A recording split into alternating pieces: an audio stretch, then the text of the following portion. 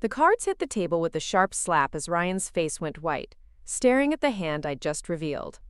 Around us, the Paradise Valley Country Club's private poker room fell silent, except for the gentle whir of air conditioning and the distant clinking of champagne glasses from the charity gala happening in the main ballroom.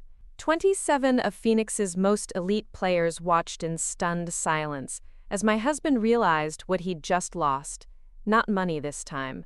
Something far more precious. Something that would make him understand, once and for all, what it felt like to lose what mattered most. Before we jump back in, tell us where you're tuning in from. And if this story touches you, make sure you're subscribed, because tomorrow I've saved something extra special for you. Emma, what have you done? He whispered, his voice cracking as he looked from the cards to the documents spread beside them. The custody papers. The divorce filing. The detailed financial records showing every cent he'd gambled away. The photographs of our daughter Sophia's first birthday party, the one he'd missed because he couldn't tear himself away from a poker table just like this one. I smiled the same calm smile I used when comforting frightened children in the pediatric ICU, the one that never wavered even in the most heartbreaking situations. I made sure you'll never forget another important date again, Ryan. Consider this your final lesson in consequences. My name is Emma Martinez, and until 8 months ago, I believed that marriage was about partnership, that parenthood was about shared priorities, and that the man I'd loved since college would never choose a card game over our daughter's first birthday. I was wrong about all of it, but being wrong taught me something far more valuable than any of those naive beliefs ever could. It taught me that sometimes the only way to save what you love is to destroy what's destroying it. I should have seen the signs earlier, but when you're working 12-hour shifts in the pediatric intensive care unit at Children's Medical Center, when you're coming home to a teething baby and a husband who seems increasingly distant, it's easy to mistake exhaustion for normalcy. Easy to tell yourself that every new parent struggles with the transition, that every marriage goes through rough patches, that the man you fell in love with is still there underneath the stress and the sleepless nights. The first poker game started innocently enough. Tyler Brooks, Ryan's best friend since their Arizona State University days, had gotten divorced and was looking for ways to fill his Thursday evenings. Just a friendly game, Ryan had said, adjusting his tie before heading out to Tyler's converted garage in Tempe. 5 guys, $20 buy-in, probably home by 11. I'd been relieved, honestly. Ryan had been working late most nights, stressed about his quarterly sales targets at Tech Solutions Inc., and I thought a few hours of guy time might help him decompress. That first Thursday, he came home at 11:47 p.m., with stories about Josh Mitchell's terrible bluffs and Mark Williams showing off pictures of his new boat. He seemed lighter, more like the Ryan I'd married 3 years earlier, the one who used to surprise me with coffee on my way to nursing school, who would stay up all night when I had big exams, who cried harder than I did when we found out I was pregnant with Sophia. Did you have fun? I asked, settling Sophia back down after her middle-of-the-night feeding. Yeah, actually.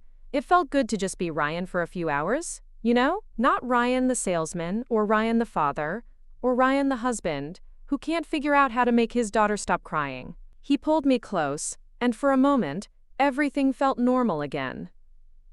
Maybe I should make this a regular thing. The Thursday games became as routine as Sophia's feeding schedule. Ryan would come home from work, eat dinner with us, help give Sophia her bath, and then disappear into the Phoenix evening with a kiss goodbye and promises to be home before midnight. For the first month, he kept those promises.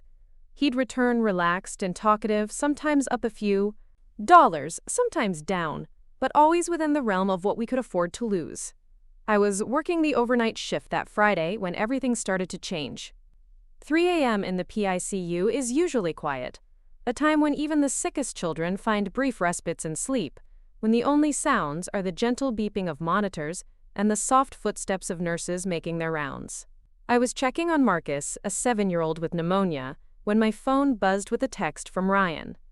Running a bit late tonight, big hand brewing, home soon. The timestamp showed 2:47 a.m. I stared at the message, feeling something cold settle in my stomach that had nothing to do with the hospital's aggressive air conditioning.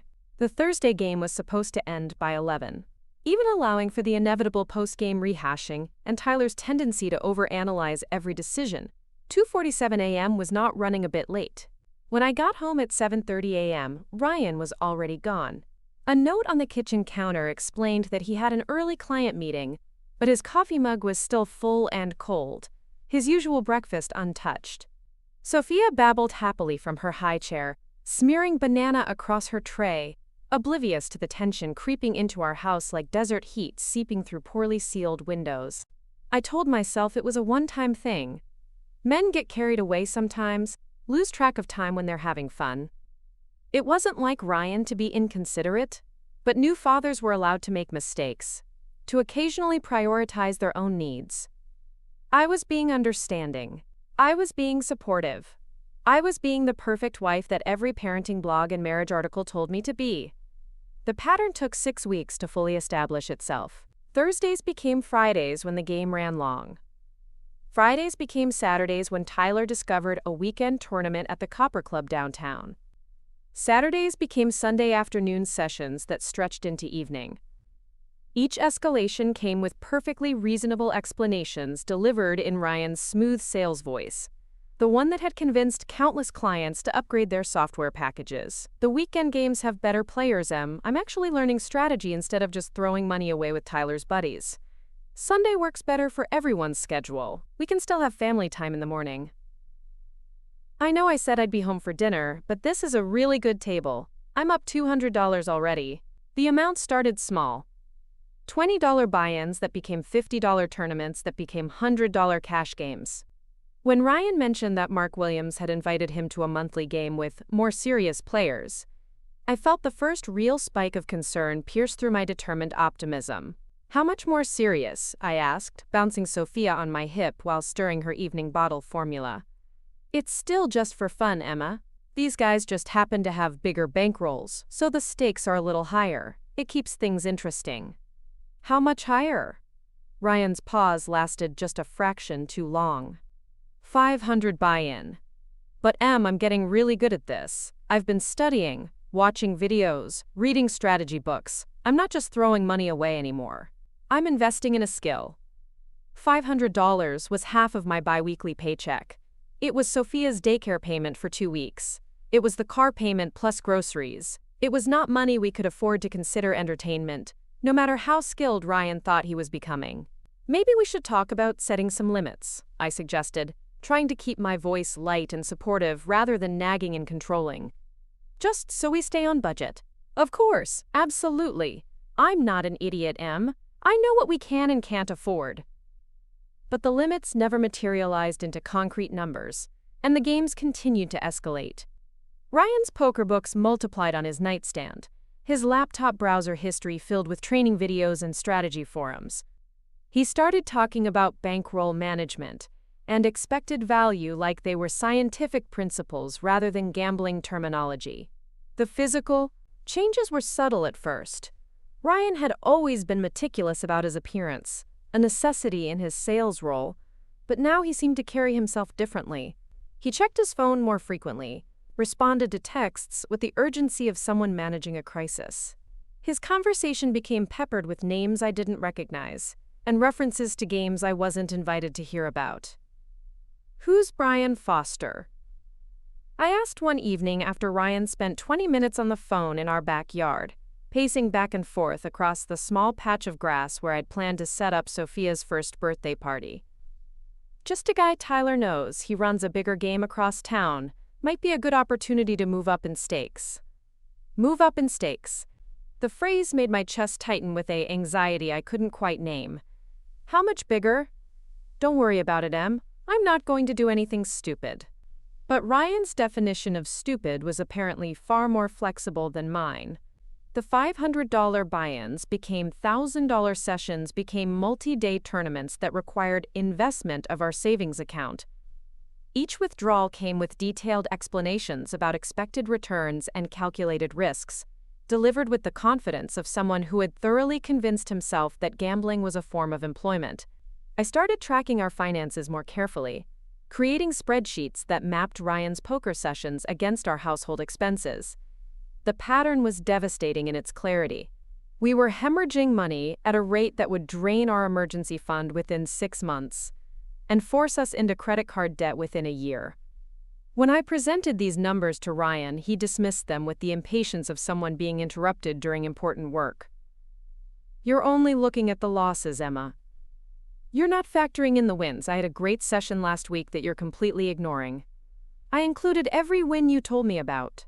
We're still down $3,000 in 2 months. That's variance. Every serious player goes through downswings. The key is bankroll management and staying disciplined during the rough patches."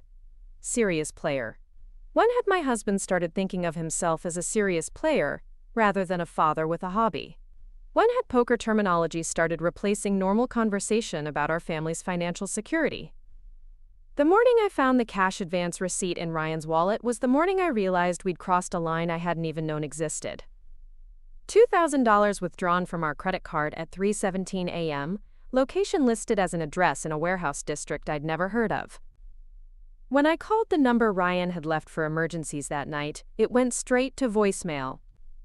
He came home at 6:45 a.m. as I was getting ready for my shift, moving through our house like a ghost.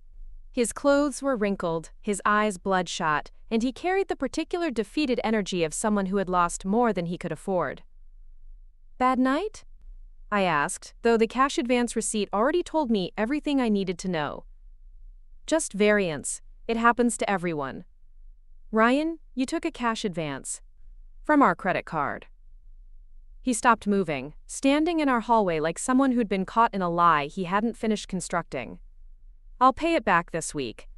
I have that commission check coming in." The commission check that was supposed to go towards Sophia's college fund. "Emma, you don't understand how this works. Sometimes you have to take calculated risks to build your bankroll. I can't win if I don't play, and I can't play if I don't have the buy-in for the good games." The circular logic of gambling addiction, though I didn't have words for it yet. All I knew was that my husband had started speaking a language I didn't understand, prioritizing activities that seemed designed to destroy rather than build our family's security. I started paying attention differently after that, not just to our finances, but to Ryan's behavior, his mood swings, his increasing inability to focus on anything that wasn't related to poker. Family dinners became abbreviated affairs. Preparing and narrating this story took us a lot of time, so if you are enjoying it, subscribe to our channel. It means a lot to us. Now back to the story, where Ryan checked his phone constantly, responding to messages from his poker network with the urgency of a day trader watching the markets. Conversations about our future, about Sophia's development, about ordinary household decisions became tense negotiations where Ryan's attention was always partially elsewhere. The night I realized how completely I'd lost him was a Tuesday in February. Sophia had been running a fever all day, nothing serious but enough to make her fussy and clingy. I'd called in sick to work to stay home with her, spending the day alternating between baby ibuprofen and cool baths, monitoring her temperature every 2 hours, like the pediatric nurse I was trained to be. Ryan came home from work at his usual time, but instead of asking about Sophia or offering to help, he immediately disappeared into our bedroom to change clothes. When he emerged, he was dressed for going out. "Where are you going?" I asked, holding our still warm daughter against my chest. "Tyler's running a special tournament tonight. It's been planned for weeks. Sophia's been sick all day. I thought maybe you could stay home and help me keep an eye on her. She looks fine now. And you're a nurse, Em. You know what you're doing better than I would anyway." The casual dismissal of my exhaustion, of our shared responsibility for our daughter's well-being, hit me like a physical blow. "Ryan, I've been up with her since 5 this morning. I haven't slept more than 2 hours at a time in 3 days. I'll be back early, probably by midnight." He wasn't back by midnight. Or 1 a.m., or 2 a.m. I sat up with Sophia, whose fever spiked again around 3 a.m., requiring another dose of medicine and an hour of walking the house to get her settled. When Ryan finally came home at 4:30 a.m., I was too exhausted for confrontation, too depleted for anything but the grim recognition that I was parenting alone while married to someone who had mentally moved out of our family. The planning for Sophia's first birthday party became my anchor in those dark winter months, a bright focal point that gave me something positive to work toward. Every detail felt precious and significant in a way that had nothing to do with the party itself, and everything to do with proving that our daughter deserved celebration, that our family was worth fighting for, that I could create joy and meaning even when Ryan seemed determined to drain both from our lives. I started planning in January, 2 months ahead of Sophia's March birthday. The guest list included both sets of grandparents, my sister Lisa flying in from Seattle, Ryan's colleagues from Tech Solutions, and the small circle of mom friends I'd made through our pediatrician's office. I reserved the covered pavilion at Desert Vista Park, the one with views of South Mountain and enough space for 20 adults and their children. The theme was butterflies and spring flowers, inspired by Sophia's fascination with the colorful mobile hanging over her crib.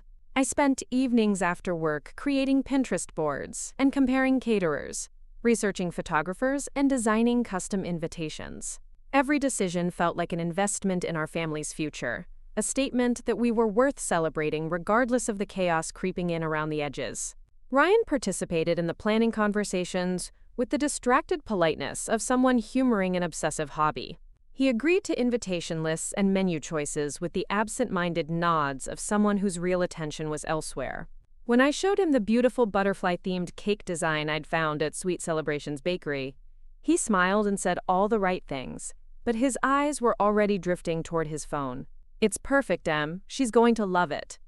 You'll make sure you're free that afternoon, right? No work meetings or anything?" "Of course. It's her first birthday. I wouldn't miss it." But even as he said the words, I could see him mentally calculating whether the party would interfere with any poker opportunities. The fact that I was even having to ask for this assurance, that I couldn't simply assume my husband would prioritize our daughter's first birthday, should have been a clearer warning than any credit card statement or 4 a.m. return home. February melted into March with the gentle warming that makes Phoenix winters so deceptive. The desert bloomed with wildflowers and the perfect 75-degree days that had drawn us to Arizona in the first place. Sophia was crawling everywhere now, pulling herself up on furniture and babbling in the almost words that made my heart skip every time she said something that sounded like, "Mama." I threw myself into party preparations with an intensity that probably worried my coworkers. During breaks at the hospital, I called vendors and confirmed details. I spent my days off shopping for decorations and coordinating with the photographer. I created detailed timelines and backup plans, approaching Sophia's birthday party with the same meticulous care I brought to managing critical patients in the PICU. "You know it's just a first birthday, right?" Jessica Chen asked during one of our lunch breaks, watching me reorganize my party planning binder for the 3rd time that week. "She's not going to remember any of this." "I'll remember it," I said, and meant it in ways I couldn't fully explain. This party had become more than a celebration. It was proof that I could create something beautiful and meaningful for our daughter, regardless of whether Ryan chose to participate fully or not. It was a declaration that our family deserved joy, deserved marking important milestones, deserved having both parents show up completely. The invitations went out 3 weeks early, elegant butterfly-themed cards with professional photos of Sophia and careful calligraphy spelling out the details. March 15th, 2 p.m. to 5 p.m., Desert Vista Park, Pavilion A. Join us as Sophia spreads her wings into her 2nd year. The RSVPs came back quickly, everyone excited to celebrate our little girl's milestone. Everything was perfect. The weather forecast showed sunny skies and gentle breezes. The cake was ordered and confirmed. The photographer was booked. The decorations were purchased and organized. All that remained was showing up and watching our daughter experience her first birthday party, surrounded by everyone who loved her. I should have known that asking Ryan to simply show up was asking for more than he was capable of giving anymore. I should have recognized that poker had become his primary relationship, with our family relegated to the background noise of his real life. But hope has a way of persisting, even when evidence suggests it's foolish. And I kept believing that surely, for something this important, Ryan would choose us. On the morning of March 15th, I woke up with the kind of excited energy I hadn't felt in months. Today was the day I'd been planning for. The day when all the careful preparation would come together to create something magical for our daughter. The weather was perfect, exactly as forecasted. Sophia woke up happy and babbling, as if she somehow sensed that this day was special. Ryan was already up when I came out of the shower, sitting at the kitchen table with his laptop open, and his phone pressed to his ear. "No, I understand the timing is tight, but this is a once-in-a-lifetime opportunity," he was saying to whoever was on the other end. I can be there by 4. My stomach dropped so fast, I had to grip the door frame to steady myself. Ryan? He held up one finger, asking me to wait while he finished his conversation. Yeah, Tyler, I know what I said about today, but this is Brian Foster's private game. He doesn't extend invitations lightly, and if I pass this up, I might never get another chance. Brian Foster. The name I'd been hearing more frequently in recent weeks. Always spoken with the reverence reserved for someone who controlled access to bigger stakes, better opportunities, more serious games. I stood in my kitchen, holding my daughter's special birthday outfit, listening to my husband negotiate away the most important day of our family's year for a poker game. When he finally hung up, Ryan's expression was already defensive, already prepared for the fight he knew was coming. Emma, before you say anything, let me explain. This is huge. Brian runs the highest stakes private game in Phoenix and he's invited me to join today. This could change everything for us. Today is Sophia's birthday party. I know, and I feel terrible about the timing. But this opportunity won't come again. These guys don't just invite random players. Tyler had to vouch for me personally. Ryan, there are 23 people coming to celebrate our daughter's first birthday. The party starts in 4 hours. I'll try to make it back for the end. The game probably won't even start until 3, so I might only miss the first hour or 2. The casual way he said it, like missing our daughter's first birthday party was a minor scheduling conflict rather than a fundamental betrayal of our family's priorities, made something inside me snap. Not into anger exactly, but into a cold, clear recognition of who my husband had become and what I was going to have to do about it. If you leave today, Ryan, don't bother coming back for the end of anything. He looked genuinely surprised, as if my reaction was unreasonable rather than inevitable. Emma, you're being dramatic. It's one afternoon. Sophia won't even remember this party. But I will. And so will everyone else who shows up to celebrate her, while her father is gambling away her college fund. That's not fair. This isn't gambling, it's an investment. And it's not her college fund, it's money I earned. The conversation continued for another 20 minutes, but I stopped listening after Sophia won't even remember this party. Instead, I started planning, not just for the party that would happen without him, but for everything that would happen after. I was done being married to someone who thought poker was more important than our daughter's milestones. I was done being understanding and supportive while Ryan chose cards over family. But I wasn't done with Ryan. Not yet. First, I was going to make sure he understood exactly what he was choosing to lose. Ryan left at 1:30 p.m., exactly 30 minutes before Sophia's birthday party was scheduled to begin. He kissed our daughter on the forehead, mumbled something about being back soon, and walked out of our house carrying the overnight bag he'd packed that morning. The bag that suggested this wasn't going to be a quick afternoon game but an extended session that might last well into the evening, possibly the entire weekend. I stood in our kitchen, holding Sophia in her special butterfly-themed dress, watching through the window as Ryan's Toyota Camry disappeared down our street toward whatever warehouse or private club was hosting Brian Foster's exclusive game. The silence that followed felt different from the usual quiet of our house. It felt permanent, like the sound of a door closing for the final time. Well, baby girl, I whispered into Sophia's soft hair. I guess it's just us today, but you know what? We're gonna have the most beautiful birthday party anyway. And we did. Despite everything, despite the gaping absence where Sophia's father should have been, despite having to explain to 23 guests why Ryan wasn't there, despite the humiliation of admitting that my husband had chosen poker over our daughter's first birthday, we had a perfect party. The drive to Desert Vista Park took 15 minutes, Sophia babbling happily in her car seat, while I fought back tears behind my sunglasses. The weather was absolutely flawless, exactly as the forecast had promised. 75 degrees with a gentle breeze that made the desert wildflowers dance around the pavilion I'd reserved months earlier. The mountains provided a stunning backdrop, their purple-gray peaks outlined against the cloudless Arizona sky. Michelle Santos, the photographer I'd hired, was already there setting up her equipment when I arrived with my car full of decorations and supplies. She took one look at my face and immediately understood that something was wrong. "Everything okay, Emma? You look a little stressed." Ryan got called away for work, I lied, the first of many lies I would tell that afternoon to protect our family's dignity. Emergency client situation. But the party must go on, right? Michelle nodded sympathetically, though I caught her glancing around as if expecting Ryan to appear at any moment. Well, let's make sure we get some amazing photos of this little princess. She looks absolutely adorable in that dress. The decorations went up quickly with Michelle's help. Butterfly banners strung between the pavilion posts, clusters of spring-colored balloons tied to every table, centerpieces made from fresh flowers that matched the theme perfectly.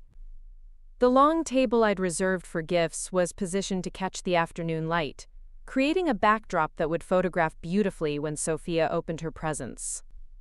Guests began arriving at exactly 2 p.m., each family bringing wrapped packages and genuine excitement about celebrating Sophia's milestone. My sister Lisa was among the first to arrive, having flown in from Seattle specifically for this party. She took one look around the pavilion, noting the absence of any masculine presence, and raised an eyebrow that asked questions I wasn't ready to answer. "Where's Ryan?" she asked quietly while adjusting Sophia's party hat. "Running late," I said, keeping my voice light.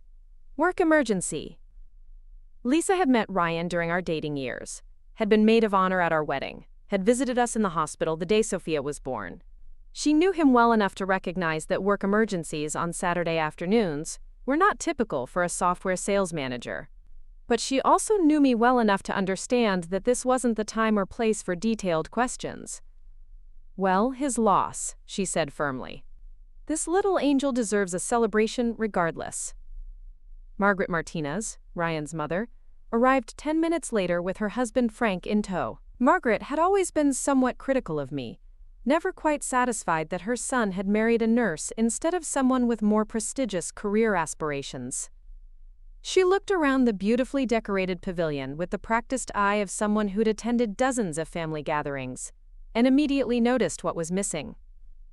"Where's Ryan?" she asked, her tone carrying an accusation that somehow made his absence my fault. "He had a work obligation that came up last minute," I explained, hating how defensive I sounded. "He's hoping to make it back before the party ends." Margaret's expression made it clear that she found this explanation insufficient, but Frank placed a gentle hand on her arm and steered the conversation toward Sophia's adorable outfit instead. I made a mental note to send Frank a particularly nice thank you card. The rest of the guests filtered in over the next 20 minutes, each group bringing their own energy and excitement. Jessica Chen arrived with her husband and 2-year-old daughter, immediately jumping in to help with last-minute setup details. Dr. Amanda Foster, my supervisor from the hospital, brought a beautiful handmade quilt she'd sewn herself. Rachel Green from Sunshine Kids Daycare came with stories about Sophia's latest developmental milestones that made everyone laugh.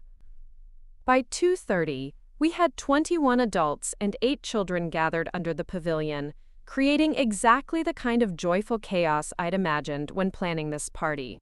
Sophia was in heaven, crawling from person to person and basking in all the attention.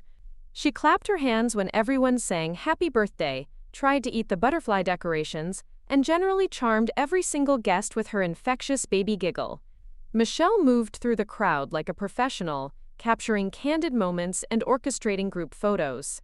She managed to take dozens of beautiful shots without making the absent father situation more obvious than it already was.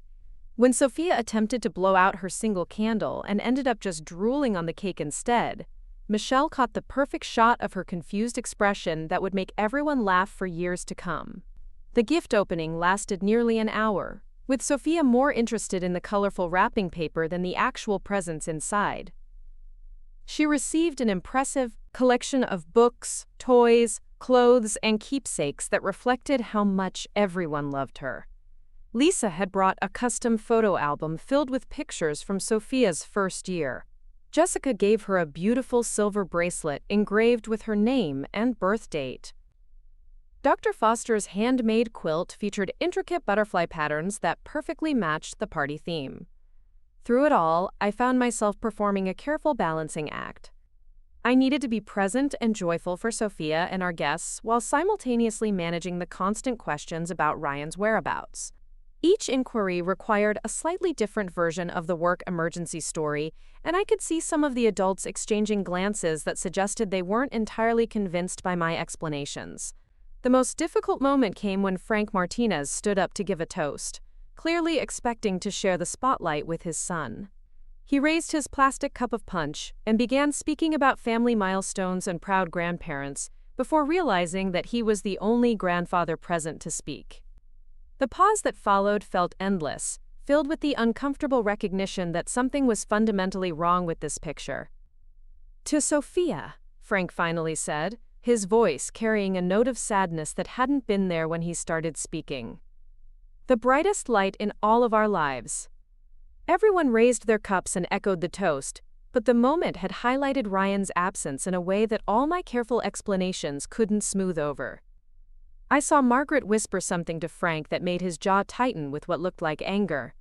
I saw Lisa taking photos with her phone that she was probably planning to send to Ryan with pointed questions about his priorities. The party officially ended at 5 p.m., but several families lingered to help with cleanup and spend more time with Sophia. As we broke down decorations and loaded leftover cake into containers, the conversation naturally turned to future playdates and family gatherings. Everyone wanted to know when they might see Sophia again, when we might host another get-together, whether Ryan would be available for the informal barbecue Jessica was planning for next month.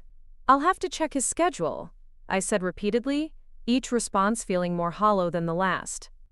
By 6:30, the last guests had departed, leaving me alone in the pavilion with my sleeping daughter and 3 carloads of party supplies.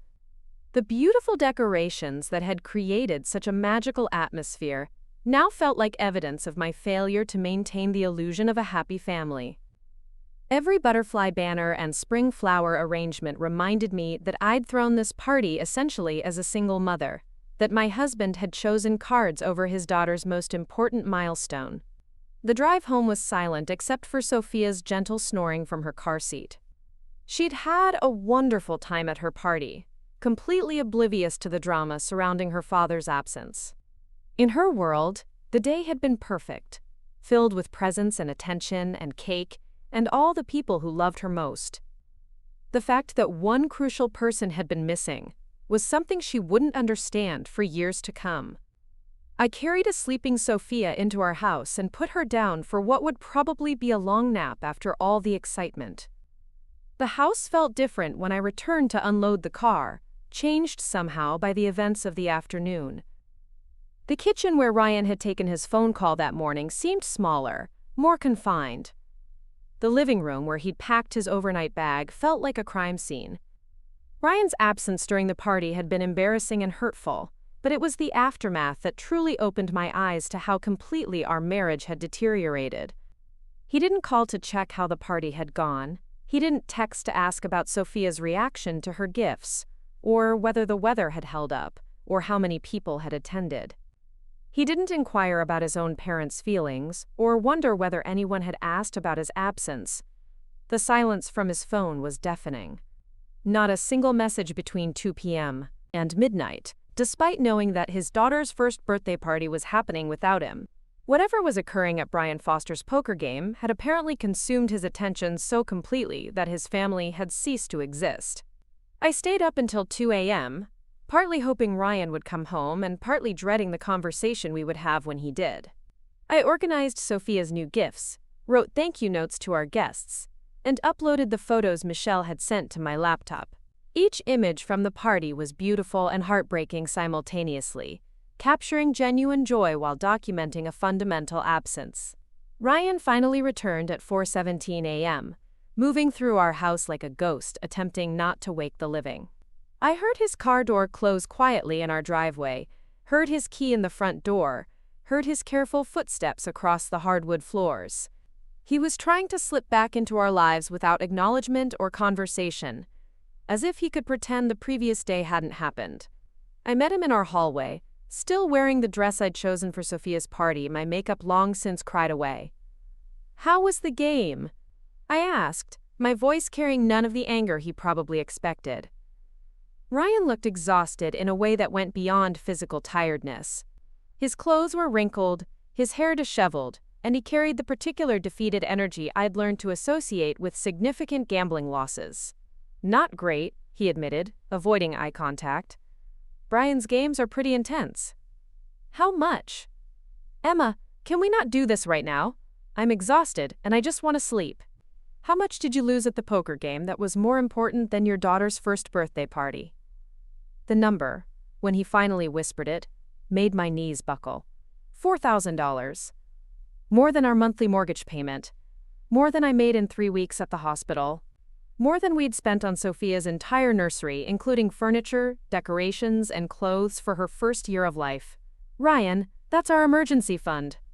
I know. I'll replace it with my next commission check. You said that about the last 2,000 you lost. And the 1,000 before that. When does it end? This was different, Emma. Brian's game attracts serious players, professionals who make real money doing this. I was learning from them, investing in my education. You missed our daughter's first birthday to lose $4,000 we can't afford to someone who makes money by taking advantage of people exactly like you. The argument that followed lasted until dawn, covering territory we'd fought over dozens of times before. Ryan's belief that he was developing a valuable skill versus my recognition that he was feeding an addiction. His conviction that poker was an investment versus my understanding that we were hemorrhaging money we needed for basic expenses.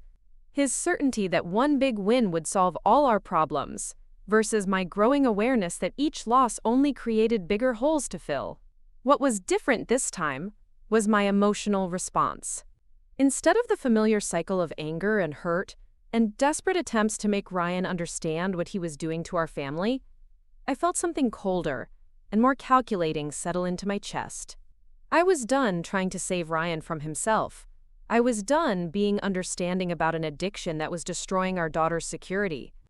I was done pretending that love and support and patience would eventually bring back the man I'd married.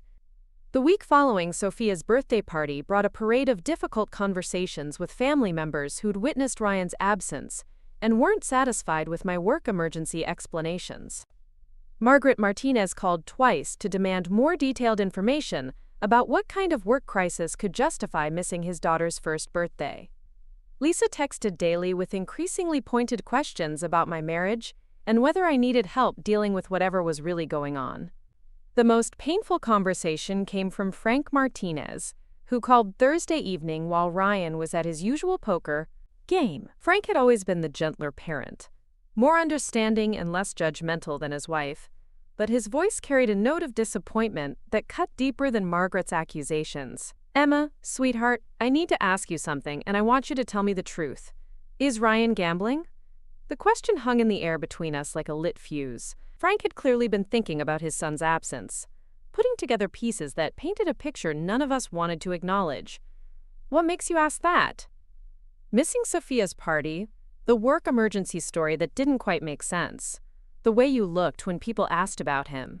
I've seen this before with Frank Jr.'s boy in Tucson. The pattern is pretty recognizable once you know what to look for. Frank Jr. was Frank's older brother, whose son had lost his house and family to gambling addiction 5 years earlier. The family had watched that destruction happen gradually, with everyone making excuses and covering for increasingly erratic behavior until the damage was irreversible. I don't know what to do, I admitted, finally allowing someone to see the fear I'd been carrying alone for months. How bad is it? Bad enough that we can't afford for it to continue. Bad enough that I'm starting to think about what life might look like if he doesn't stop. Frank's silence stretched long enough that I wondered if the call had been dropped. When he finally spoke, his voice was thick with the kind of sadness that comes from watching history repeat itself. That boy's grandfather struggled with the same thing. Lost the family farm in 1987 over poker debts. We thought Ryan was different. Thought he'd learned from seeing what that kind of thing does to a family. Did you ever suspect? Margaret and I have been worried about him for months. The way he talks about money, the hours he keeps, the way he seems distracted during family visits. We just hoped we were wrong. Frank's validation of my concerns felt simultaneously relieving and terrifying. If Ryan's own parents could see the signs of gambling addiction, If the pattern was obvious enough to prompt worried phone calls, then I wasn't overreacting or being unsupportive. I was recognizing a genuine crisis that required immediate intervention. "What happened with your nephew? How did that situation resolve?" "It didn't resolve, sweetheart. Tommy lost everything and spent 2 years in a treatment program before he could rebuild any kind of normal life. His wife left him, took the kids to California. He hasn't seen his daughters in 3 years." The conversation with Frank crystallized something that had been building in my mind since Sophia's birthday party.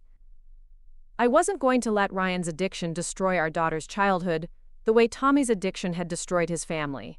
I wasn't going to spend years making excuses and covering for increasingly destructive behavior while watching our savings disappear and our marriage crumble. But I also wasn't going to simply file for divorce and hope for the best. Ryan needed to understand the full consequences of his choices, needed to experience loss in a way that would make him recognize what gambling was costing him. He needed to learn what it felt like to lose something irreplaceable, something that couldn't be won back in the next poker game. I started researching gambling addiction that weekend, reading everything I could find about the psychology of compulsive gambling, the progression of the disease, and the most effective intervention strategies. What I learned was both enlightening and terrifying. Gambling addiction followed predictable patterns, with sufferers often unable to recognize the severity of their problem until they'd lost everything that mattered to them. The literature consistently emphasized that family members couldn't cure gambling addiction through love or support or ultimatums. The gambler had to want to change, had to hit what addiction counselors called rock bottom, before they would seriously commit to recovery. The challenge was ensuring that rock bottom didn't include losing their children, their homes, or their marriages beyond repair. As I read case studies and recovery stories, a plan began forming in my mind. If Ryan needed to experience real loss to understand what gambling was costing him, I could arrange for that education in a controlled way that protected Sophia, while teaching him an unforgettable lesson. Ryan's poker games had taught him to calculate odds and manage risk, to read opponents and make strategic decisions based on incomplete information. He'd developed skills that could be turned against him by someone who understood his psychological vulnerabilities and had access to his most valuable assets.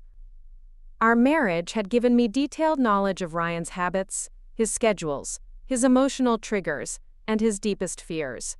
My nursing background had taught me to stay calm under pressure, to make life or death decisions quickly, and to document everything thoroughly. My love for Sophia had given me motivation that would sustain me through whatever difficult steps lay ahead. By Sunday evening, I knew exactly what I was going to do. The first phase of my plan required patience and careful observation. For 2 weeks, I monitored Ryan's poker activities with the methodical attention I brought to tracking patient symptoms at the hospital. I noted which nights he played, how much money he took with him, what time he returned, and what condition he was in when he got home. I documented his mood swings, his financial requests, and his increasingly elaborate justifications for his gambling expenses. What emerged was a clear pattern of escalation that confirmed everything I'd learned about gambling addiction. Ryan's games were becoming more frequent, more expensive, and more time-consuming. His losses were getting larger while his ability to acknowledge them honestly was diminishing. He was showing classic signs of someone whose addiction was progressing toward crisis. More importantly, I identified the crucial element that would make my intervention possible. Brian Foster's monthly high-stakes game rotated between several private locations around Phoenix, but it always followed the same basic structure. Invitation-only players, buy-ins starting at $5,000, games that lasted anywhere from 12 to 36 hours, depending on how the action developed.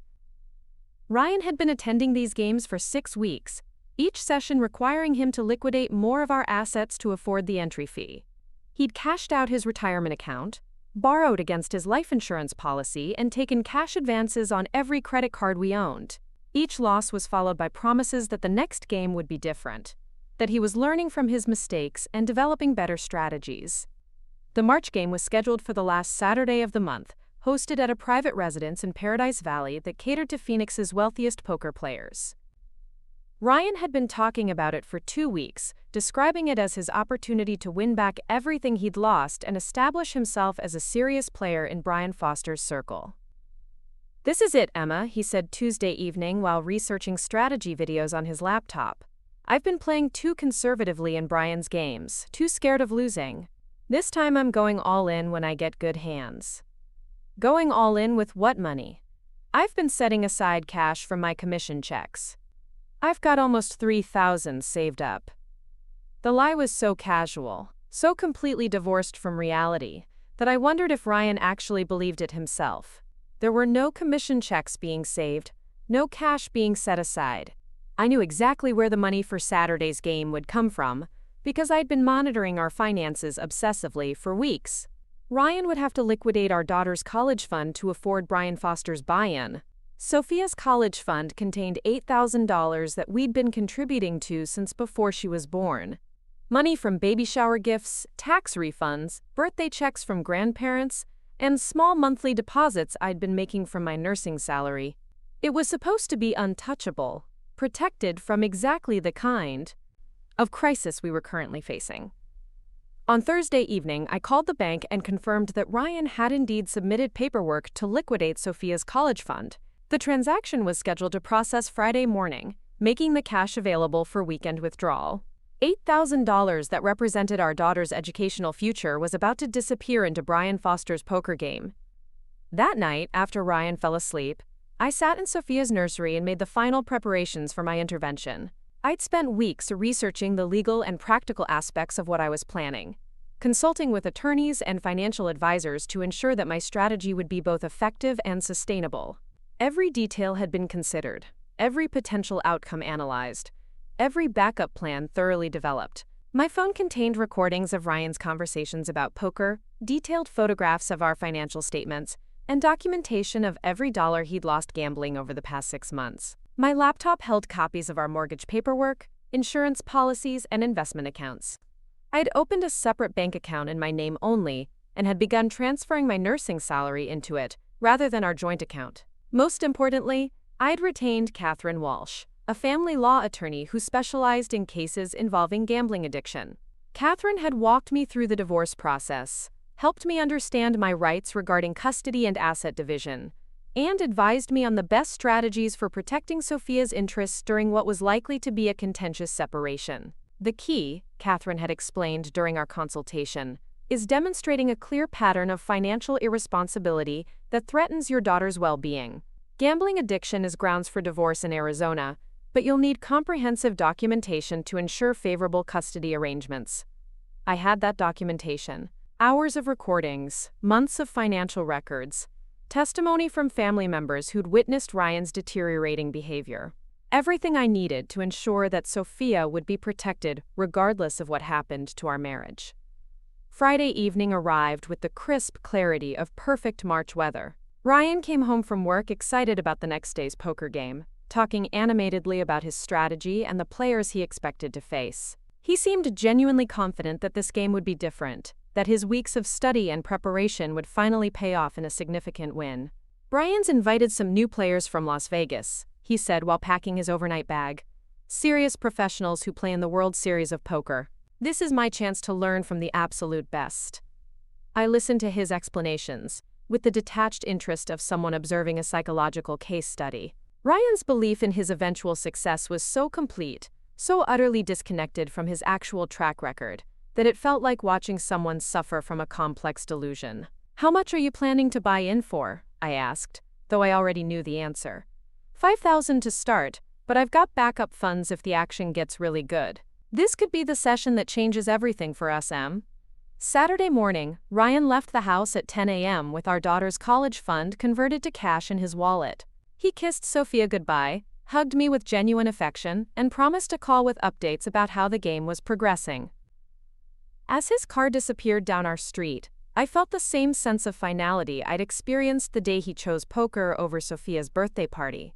But this time, I was ready for whatever came next. The call came at 11:47 p.m., 13 hours after Ryan had left for Brian Foster's game.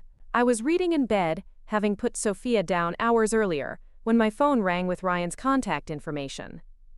"Emma?" His voice was shaky, barely recognizable. "I need you to come pick me up." "Where are you?" "Paradise Valley Country Club. The valet will have my car keys." "What happened to your car?" "I had to put it up as collateral for the last hand. Emma, I lost everything. Everything." The word hung between us like a confession carrying the weight of months of denial and justification. Ryan had finally hit the bottom that addiction counselors insisted was necessary for recovery, but he'd taken our daughter's future with him. "I'll be there in 20 minutes. The drive to Paradise Valley felt like traveling toward my own execution, though I knew I was actually driving toward Ryan's. Everything I'd planned and prepared for was about to unfold, and there would be no backing down once I walked into that country club. The valet handed me Ryan's car keys without comment, though his expression suggested he'd witnessed similar scenes before. Men who'd gambled away more than they could afford, wives who'd come to collect the wreckage, families destroyed by addiction and poor decision-making. I found Ryan in the club's private poker room, sitting alone at a table covered with the remnants of his catastrophic session. Empty water bottles, crumpled napkins, and a few scattered poker chips were all that remained of our daughter's college fund and our family's financial security. "How much?" I asked, taking the seat across from him. "All of it. The college fund, the car title, and I borrowed another $3,000 against our house." Our house. The place where Sophia had taken her first steps. Where we'd brought her home from the hospital. Where we'd planned to raise her until she was old enough for college. Ryan had risked our daughter's home for a poker game. $11,000? I know how it sounds, Emma, but I had pocket kings against his ace-king. The odds were almost 4-1 in my favor. It was the right play. The right play. Even now, even after losing everything we'd worked for, Ryan was still thinking in terms of poker strategy, rather than family consequences. He was still convinced that the problem was bad luck, rather than fundamental addiction. "Ryan, look at me." When he finally raised his eyes from the table, I saw someone I didn't recognize. The confident salesman, the charming husband, the excited new father had been replaced by someone hollow and desperate. Someone who'd traded his family's security for the adrenaline rush of gambling with money he couldn't afford to lose. "This is where it ends," I said, pulling the manila envelope from my purse. "Tonight. Right here. This is where your gambling addiction destroys the last thing you have left to lose." Ryan stared at the divorce papers with the same shocked expression he'd worn when his pocket kings had been cracked by a lucky river card. As if the outcome was unexpected rather than inevitable. As if there hadn't been warning signs for months about exactly where his choices were leading. "Emma, please. I know I made a mistake, but we can fix this. I'll get help. I'll stop gambling. I'll do whatever it takes to make this right. You said that after you lost our emergency fund. You said that after you missed Sophia's birthday party. You said that after you liquidated your retirement account. When exactly were you planning to stop?" The envelope contained more than just divorce papers. Inside were custody agreements that gave me primary physical custody of Sophia, financial documents that protected our remaining assets from Ryan's gambling debts, and restraining orders that would prevent him from accessing any accounts containing money meant for our daughter's care. "I've already moved Sophia and myself into my sister's house in Seattle," I continued, watching his face process each new piece of information. "The moving truck came yesterday while you were at work. Lisa's helping me start over somewhere you can't gamble away our daughter's future." Ryan's expression shifted from shock to panic as he realized that this wasn't an emotional reaction to one bad night of gambling. This was a carefully planned intervention that had been months in the making. "You can't take Sophia away from me. She's my daughter too. She's your daughter when it's convenient, Ryan. When there's not a poker game calling your name. When there's not money to be won or lost. When there's not something more important than being her father." The final document in the envelope was a letter I'd written 2 weeks earlier, after confirming that Ryan would liquidate Sophia's college fund for Brian Foster's game. It detailed every promise he'd broken, every dollar he'd lost, and every choice he'd made that prioritized gambling over our family's well-being. "You chose poker over Sophia's first birthday party," I read aloud. "You chose poker over our financial security. You chose poker over our marriage. Tonight, you chose poker over our daughter's educational future and our family's home. I'm making sure you remember this choice for the rest of your life." The room was completely silent except for the gentle hum of air conditioning and the distant sounds of the country club's evening activities.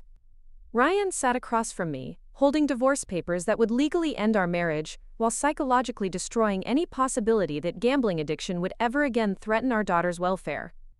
"Emma, I love you. I love Sophia. This isn't who I really am." "This is exactly who you are, Ryan. Someone who loves the idea of winning more than the reality of being a husband and father.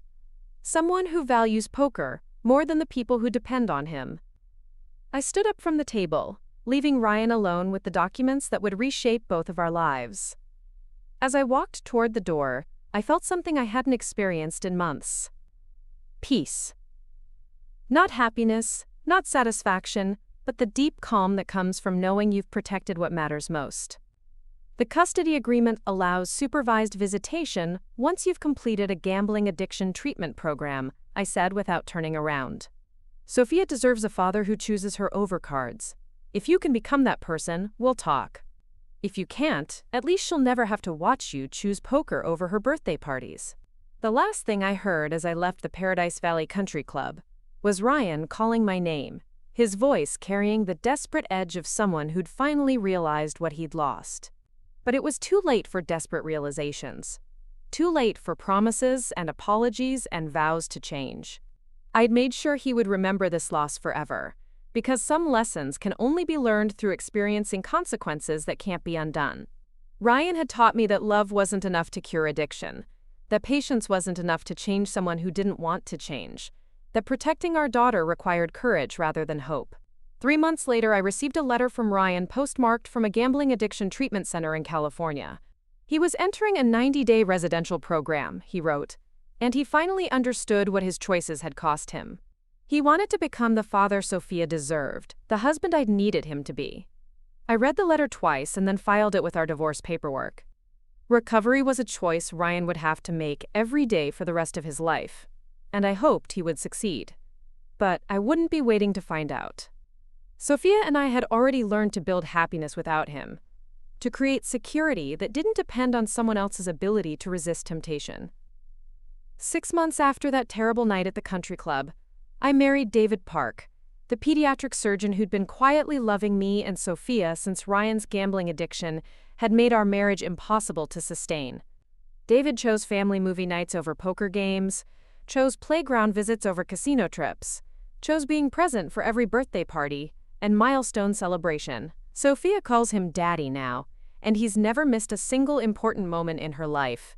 On her 2nd birthday, when she blew out both candles on her butterfly-themed cake, I knew I'd made the right choice to protect her from someone who would have chosen cards over celebrating her milestones.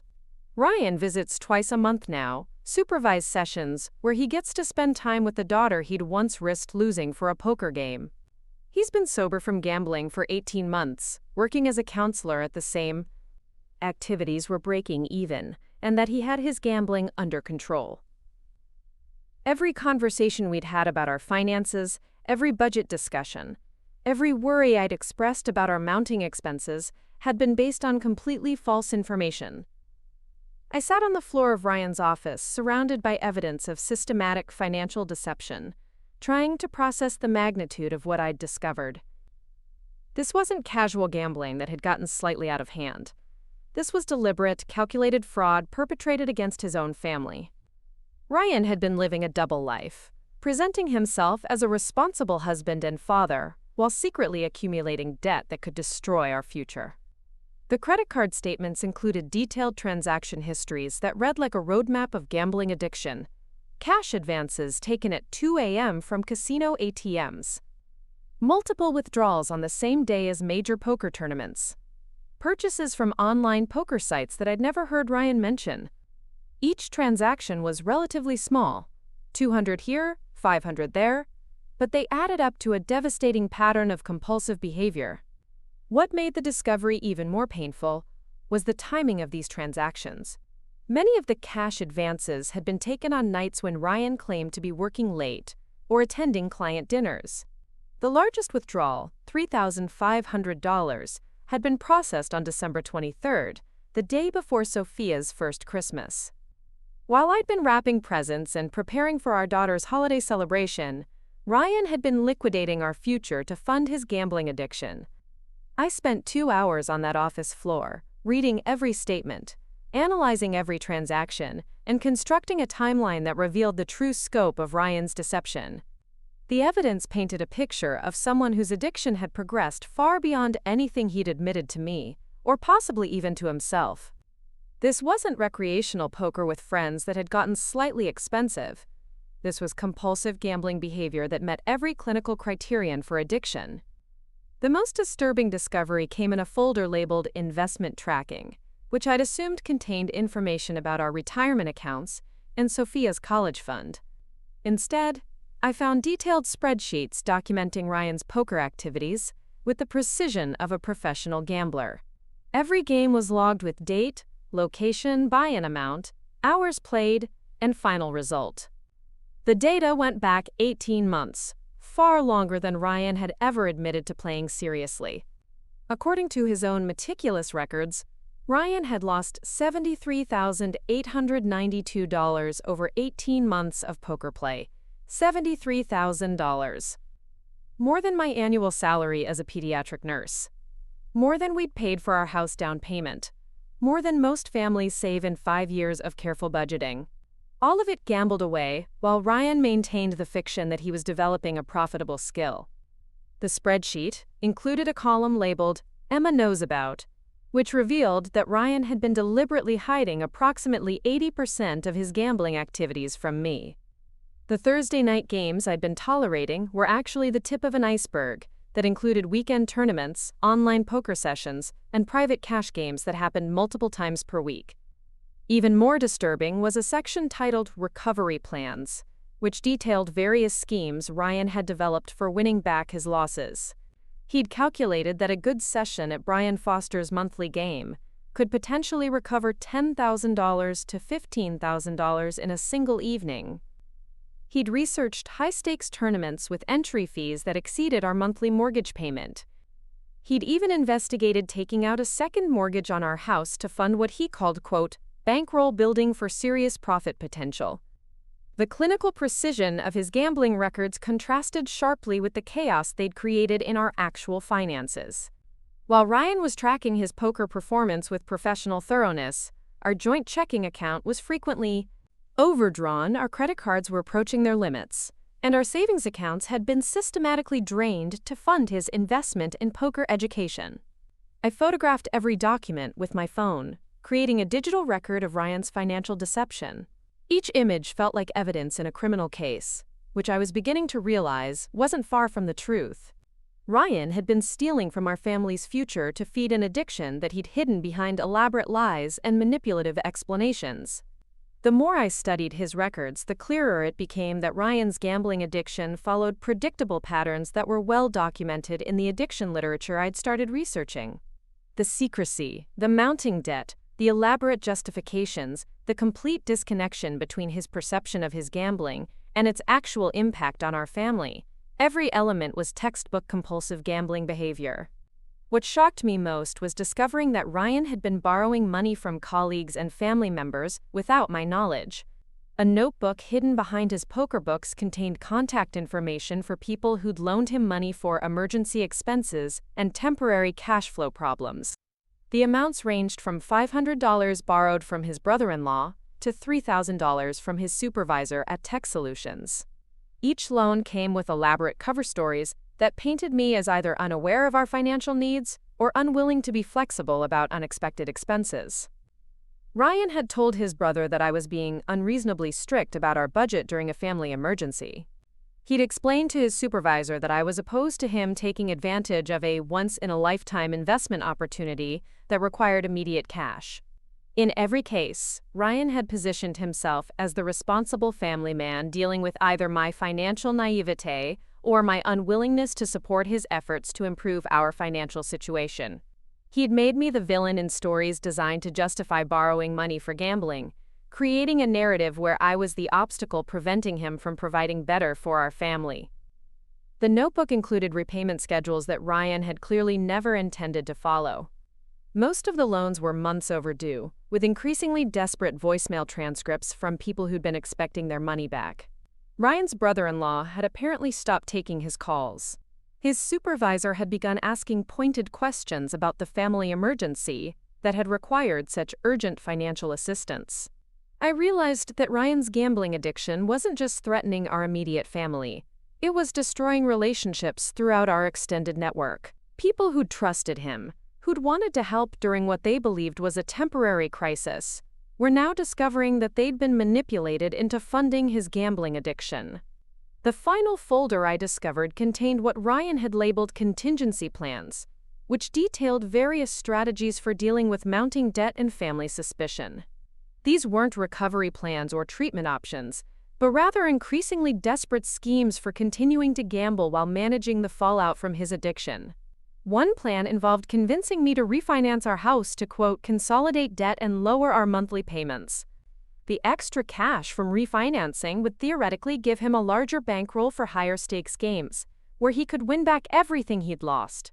Another plan suggested asking his parents for a family loan to help with Sophia's future education expenses, money that would actually fund his participation in a major poker tournament series.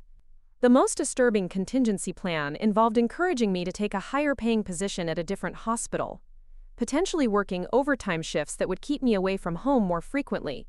This would serve the double purpose of increasing our household income while giving Ryan more freedom to attend poker games without my knowledge or interference.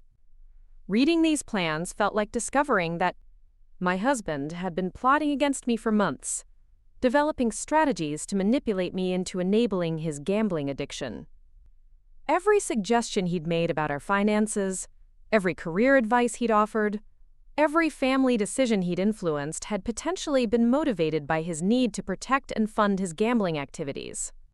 I spent the rest of that afternoon researching the credit cards and loans Ryan had hidden from me, calling customer service numbers to verify balances and payment schedules. The news was worse than even the statements had indicated. Several accounts were in default, with collection agencies beginning to pursue payment through increasingly aggressive means. Our credit score had been decimated by late payments and overlimit fees that I'd known nothing about. The customer service representatives I spoke with were sympathetic but clear about our options. The debt was legally Ryan's responsibility, but in Arizona, a community property state, creditors could potentially pursue our joint assets if he defaulted completely. Our house, our cars, even Sophia's college fund could be at risk if Ryan's gambling debts continued to accumulate faster than his ability to pay them. That evening, I sat in Sophia's nursery after putting her to bed, staring at the financial documents I discovered while my daughter slept peacefully in her crib.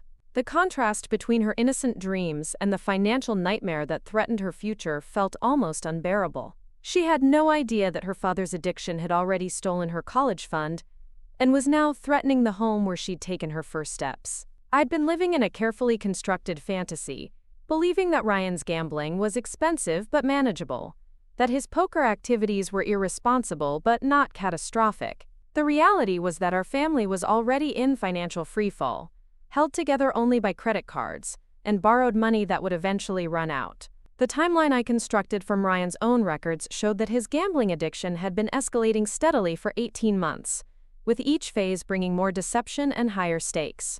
What had started as casual games with friends had evolved into a full-time preoccupation that consumed both his time and our resources. The trajectory was clear. Without intervention, Ryan would continue gambling until he'd destroyed everything we'd built together. But the evidence I'd gathered also revealed something else: Ryan's own awareness of how destructive his behavior had become. His meticulous record-keeping wasn't just about tracking poker performance. It was documentation of someone who understood exactly what he was losing, but couldn't stop himself from continuing to gamble. The recovery plans weren't actually plans for recovery from gambling addiction. They were strategies for winning back enough money to hide the extent of his losses from me. Ryan's goal wasn't to stop gambling. It was to gamble successfully enough that his addiction wouldn't destroy our marriage. He wanted to continue feeding his compulsion while maintaining the appearance of being a responsible husband and father. This realization shifted something fundamental in my understanding of our situation. I'd been thinking of Ryan's gambling as a problem that could be solved through better communication, stricter budgets, or increased family time. But Ryan didn't see his gambling as a problem to be solved. He saw it as a challenge to be managed, a risk to be calculated, a skill to be developed until it became profitable enough to justify the costs. The man I'd married, the one who'd cried when Sophia was born and promised to provide for her future, was still somewhere inside the person who'd been systematically stealing from our daughter's college fund. But that man was currently inaccessible, buried under layers of addiction and self-deception that had become impermeable to logic, love, or family responsibility. I realized that night that I had two choices. I could continue hoping that Ryan would eventually recognize the damage he was causing and voluntarily seek treatment for his gambling addiction, or I could accept that addiction had already made that choice for him, and that protecting Sophia's future required taking action that didn't depend on Ryan's cooperation or insight. The evidence I'd gathered would be crucial for either path. If Ryan was genuinely ready to seek help, the documentation would provide a clear picture of how extensive his problem had become. If legal separation became necessary to protect Sophia's interests, the financial records would demonstrate a pattern of deception and irresponsibility that courts would need to consider in custody and asset division decisions. Over the next week, I quietly gathered additional evidence while maintaining the appearance of normal family life. I requested credit reports for both of us, documenting every account and balance that Ryan had been hiding. I printed bank statements going back 2 years, highlighting withdrawals that corresponded to poker activities. I researched gambling addiction treatment programs and family law attorneys who specialized in cases involving financial deception. The most painful discovery came when I analyzed our tax returns for the previous year. Ryan had claimed significant gambling losses as deductions, documenting over $40,000 in professional gambling expenses that he'd never mentioned to me. According to IRS regulations, gambling losses could only be deducted up to the amount of gambling winnings, which meant Ryan had also failed to report substantial gambling income. We were potentially facing tax fraud charges in addition to the mounting debt from Ryan's gambling activities. The man I'd trusted to manage our family's finances had been systematically destroying our financial future, while creating legal liabilities that could follow us for years. I scheduled an appointment with Catherine Walsh, the family law attorney I'd been researching, and brought copies of everything I'd discovered. Catherine reviewed the financial documents with the professional detachment of someone who'd seen similar cases many times before. "This is textbook gambling addiction with significant financial fraud," she explained after studying Ryan's records. "The level of deception and the amounts involved suggest that your husband's problem is quite advanced. The good news is that you have excellent documentation. The bad news is that untangling this financially will be complicated." Catherine outlined my options with the clarity I'd learned to value in medical professionals. I could attempt to work with Ryan on voluntary debt consolidation and addiction treatment, but given the extent of his deception, voluntary cooperation was unlikely to be sufficient. Or I could pursue legal separation that would protect my assets and Sophia's interests while removing my liability for Ryan's future gambling debts. "The choice depends on whether you believe your husband is capable of genuine recovery," Catherine said. "But you should know that gambling addiction has one of the highest relapse rates of any compulsive behavior. Even with successful treatment, the majority of gamblers return to addictive behavior within 2 years. I left Catherine's office with a clear understanding of my legal options and a realistic assessment of what recovery would require. Ryan would need to acknowledge the full extent of his addiction, accept responsibility for the financial damage he'd caused, and commit to comprehensive treatment that could last months or years. He would need to surrender control of all family finances and submit to ongoing monitoring of his activities and associations. Most importantly, he would need to prioritize Sophia's welfare over his own psychological needs, which meant accepting that his gambling addiction had already cost him the right to make financial decisions that affected our daughter's future. That evening, I sat in our living room while Ryan played with Sophia on the floor, watching him interact with our daughter as if nothing had changed. He was gentle and attentive with her, making silly faces that delighted her, and speaking in the soft voice he reserved for their special moments together. For brief periods, he seemed like the man I'd fallen in love with, the one who'd promised to be the father our daughter deserved. But now I could see the distraction in his eyes, the way his attention drifted toward his phone whenever it buzzed with messages from his poker network. I could recognize the restless energy that meant he was already thinking about his next game, calculating when he could slip away for another session that might win back some of what he'd lost. Ryan was performing the role of devoted father while mentally planning his next gambling session, just as he'd been performing the role of responsible husband while secretly accumulating massive debt. The man playing peekaboo with our daughter was the same person who'd stolen her college fund to chase poker losses he'd never had any realistic chance of recovering. I realized that the evidence I'd gathered was more than documentation of financial irresponsibility. It was proof that Ryan's gambling addiction had fundamentally altered his relationship with truth, with family responsibility, and with the basic trust that marriage requires to function. He'd become someone who could lie to my face about our financial situation, while planning elaborate schemes to continue gambling away our daughter's future. The decision I'd been avoiding became unavoidable that night as I watched Ryan tuck Sophia into her crib, whispering promises about all the wonderful things they would do together as she grew up. Promises that would be meaningless if he continued gambling away the resources necessary to fulfill them. Promises that were already hollow, given how much of her future he'd already sacrificed to his addiction. I couldn't save Ryan from his gambling addiction, but I could save Sophia from having to live with its consequences.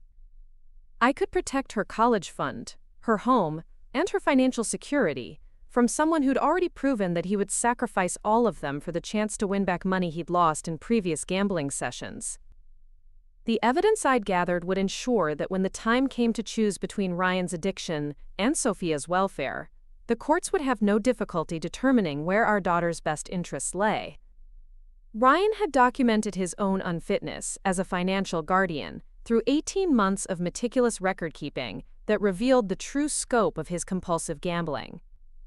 All that remained was choosing the right moment to present him with the choice between his addiction and his family, knowing that his answer would determine whether our daughter grew up with a father who'd conquered his demons, or with the protected memory of someone who'd been consumed by them.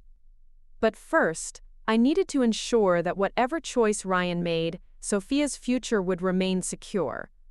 The transformation began the morning after my meeting with Catherine Walsh. I woke up with absolute clarity about what needed to happen and exactly how I was going to make it happen. Ryan's gambling addiction had been enabled by secrecy, deception, and my own willingness to believe his explanations rather than trust my instincts. My intervention would strip away all three of those protective layers in a single devastating moment that would force him to confront the true cost of his choices. But first, I needed to become someone capable of executing such a plan. The Emma who'd been making excuses for Ryan's increasingly erratic behavior, who'd been accepting his financial explanations without demanding proof, who'd been hoping that love and patience would eventually cure his addiction, that version of myself wasn't equipped for the kind of strategic thinking this situation required. I started by studying Ryan's patterns with the methodical attention I brought to monitoring critical patients in the pediatric ICU. Every conversation about money, every mention of poker games, every mood swing related to wins or losses got documented in a private journal I kept locked in my car. I tracked his sleep patterns, his phone usage, his interactions with Sophia, and his responses to family stress. Within 2 weeks, I could predict his gambling urges with the same accuracy I used to anticipate changes in a patient's condition. Ryan's addiction followed predictable cycles that correlated directly with his emotional state and external pressures. Work stress triggered longer poker sessions. Arguments about money led to larger bets and bigger losses. Family obligations that interfered with gambling opportunities created resentment that manifested as increased secrecy about his activities. Understanding these patterns gave me the ability to influence his behavior without him realizing he was being manipulated. The technical skills I needed came from an unexpected source. Dr. Amanda Foster mentioned during a staff meeting that her teenage son was teaching her about digital security after their family had been victims of credit card fraud. The conversation sparked an idea that led me to Mesa Community College, where I enrolled in evening classes on computer forensics and digital investigation techniques. I want to learn how to protect my family's financial information, I explained to Professor Martinez when she asked about my goals for the course. It wasn't technically a lie, though my definition of protection was probably more comprehensive than she imagined. The coursework covered everything from recovering deleted files, to tracing online financial transactions, to documenting digital evidence in ways that would be admissible in legal proceedings. I learned about software that could monitor computer usage, track internet activity, and recover communication records that users thought they'd permanently erased. Most importantly, I learned how to do all of this without leaving any traces that would alert the person being investigated. Ryan's home office computer became my practice laboratory. While he was at work, I installed monitoring software that recorded every keystroke, every website visit, and every online transaction. The program ran invisibly in the background, creating detailed logs of his digital activity that painted a comprehensive picture of his gambling behavior. What I discovered was even more extensive than the hidden credit card statements had suggested. Ryan was actively participating in online poker games during work hours, using his company computer to play while supposedly managing client accounts. He was researching gambling addiction treatment programs, not because he wanted help, but because he was trying to understand the warning signs so he could better hide his symptoms from me. Most disturbingly, Ryan was participating in online forums dedicated to hiding gambling addiction from family members. The discussions included strategies for explaining away losses, techniques for hiding financial transactions, and advice for maintaining the appearance of responsible behavior while continuing to gamble compulsively. Ryan had been learning deception tactics from other addicts, treating our marriage like an adversarial relationship that required constant manipulation to sustain. His forum posts revealed thoughts and attitudes he'd never expressed to me directly. He wrote about feeling trapped by family responsibilities that interfered with his poker schedule. He complained about my unreasonable concerns about our finances and sought advice for convincing me to be more supportive of his gambling activities. He described Sophia as a, quote, distraction that made it difficult to focus during important games. Reading Ryan's own words about our family felt like discovering a stranger living in my house. The man who kissed Sophia goodnight and told me he loved me was simultaneously describing us as obstacles to his gambling success. The husband who promised to prioritize our family's financial security was actively seeking advice on how to hide the extent of his addiction from the people who depended on him. The online monitoring also revealed the true scope of Ryan's gambling network. He was in regular contact with dozens of other players, sharing information about games, discussing strategy, and arranging private sessions that weren't advertised publicly. The poker community in Phoenix was larger and more organized than I'd realized, with high-stakes games happening almost every night at various locations throughout the city. Brian Foster's monthly game was just the tip of an iceberg that included warehouse tournaments, private club sessions, and exclusive invitation-only events that attracted serious gamblers from across the Southwest. Ryan wasn't just a casual player who'd gotten in over his head. He was an active participant in a sophisticated gambling network that operated with the organization and secrecy of an underground business. The intelligence I gathered about this network became crucial for planning my intervention. I learned about the social dynamics, the financial structures, and the cultural norms that governed high-stakes poker in Phoenix. Most importantly, I identified the specific psychological pressures that would be most effective for forcing Ryan to confront the consequences of his addiction. High-stakes poker players, I discovered, were obsessed with their reputations within the gambling community. Being exposed as someone who'd stolen from his family to fund his gambling would destroy Ryan's credibility and social standing among the people whose approval he valued most. The shame of public exposure in front of his poker peers would be more devastating than any private conversation we could have about our marriage. This insight shaped the core strategy for my intervention. Rather than confronting Ryan privately about his addiction, I would engineer a situation where his deception was revealed in front of the poker community that had become his primary social reference group. The humiliation would be immediate and irreversible, creating consequences that couldn't be minimized or explained away through the rationalization techniques he'd mastered. But timing would be critical. The intervention needed to happen at a moment when Ryan was most emotionally vulnerable, when his gambling losses were significant enough to create genuine desperation. It needed to occur in a setting where the maximum number of relevant witnesses would be present to observe his exposure. And it needed to involve stakes that were high enough to ensure the story would spread throughout the entire Phoenix poker community.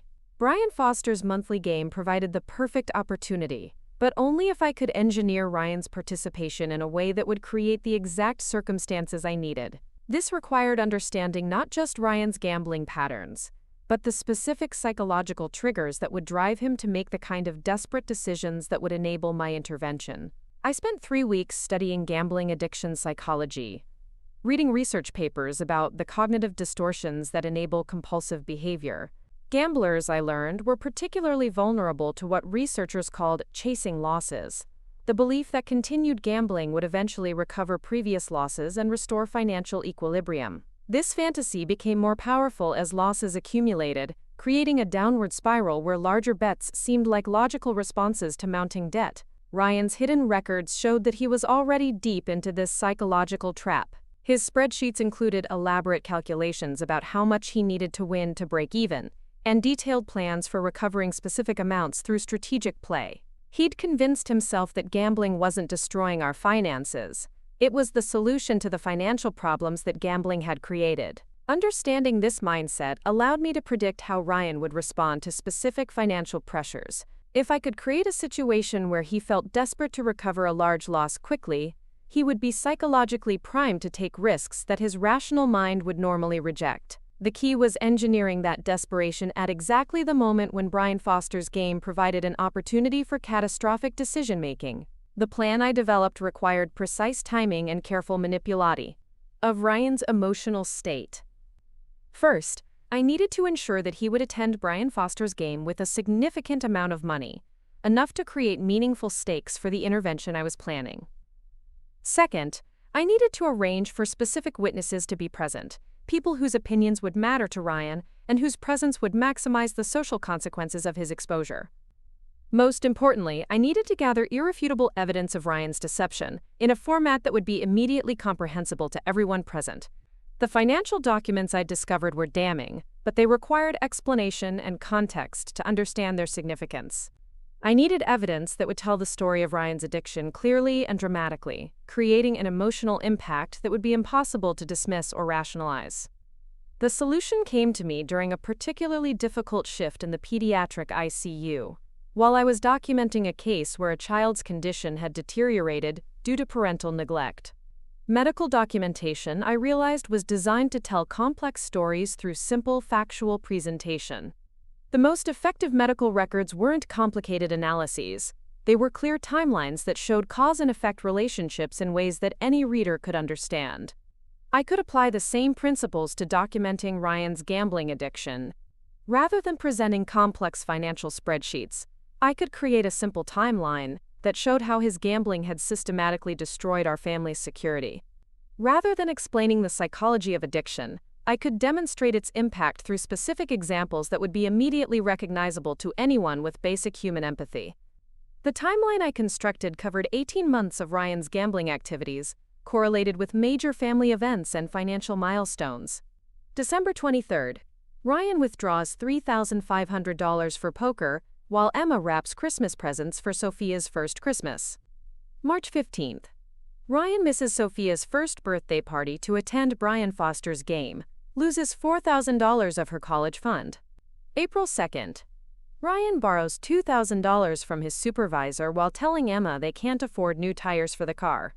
Each entry included photographs of the relevant financial documents, creating a visual narrative that would be impossible to dispute or explain away.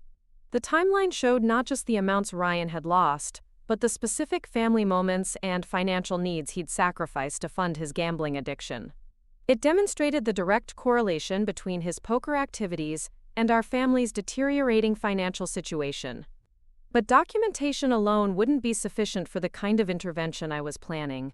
I also needed to ensure that Ryan would be emotionally vulnerable and psychologically desperate when the moment of confrontation arrived.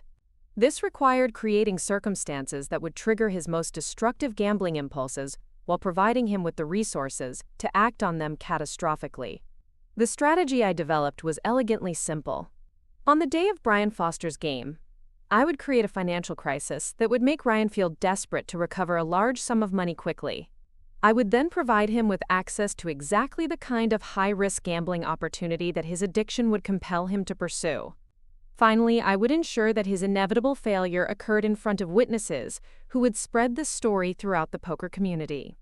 Creating the financial crisis required careful timing and precise execution.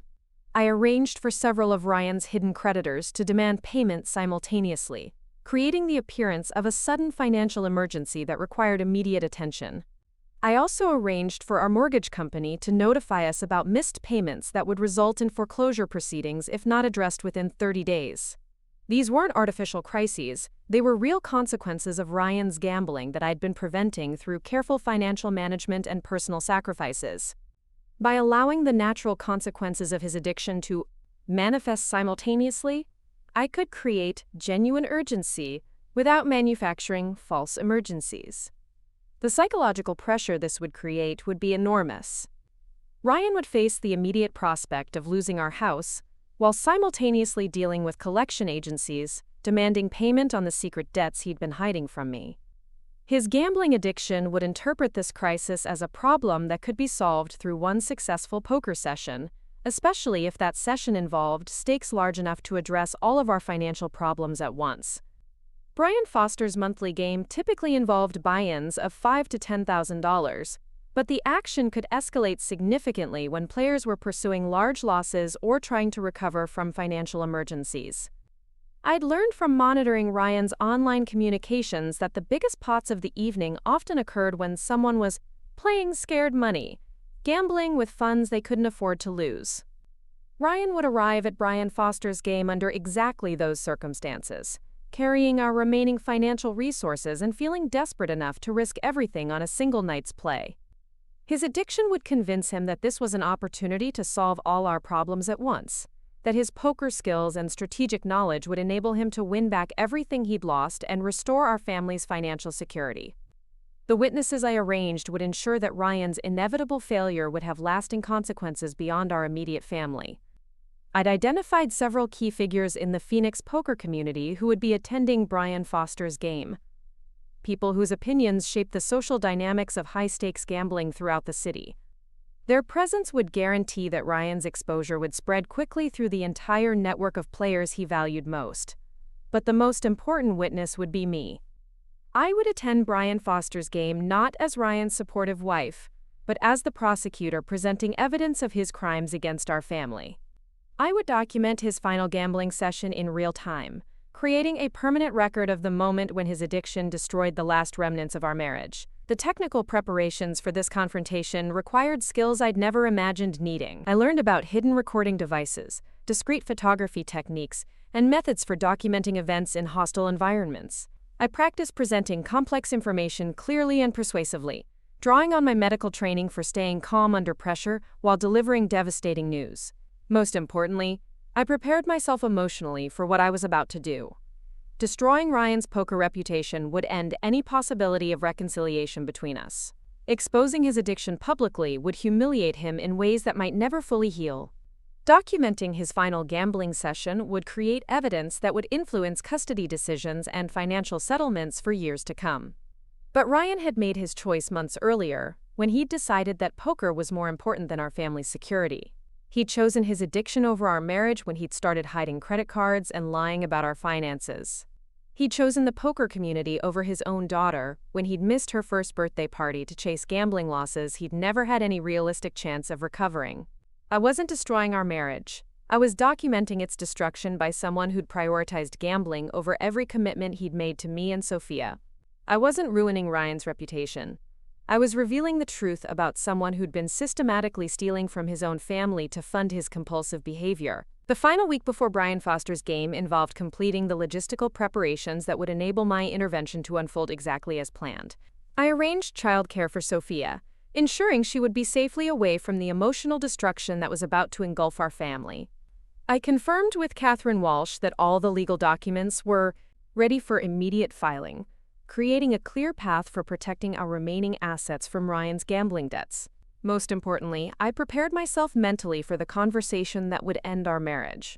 I rehearsed the words I would use to explain Ryan's addiction to the poker players who'd been unknowingly enabling his self-destruction.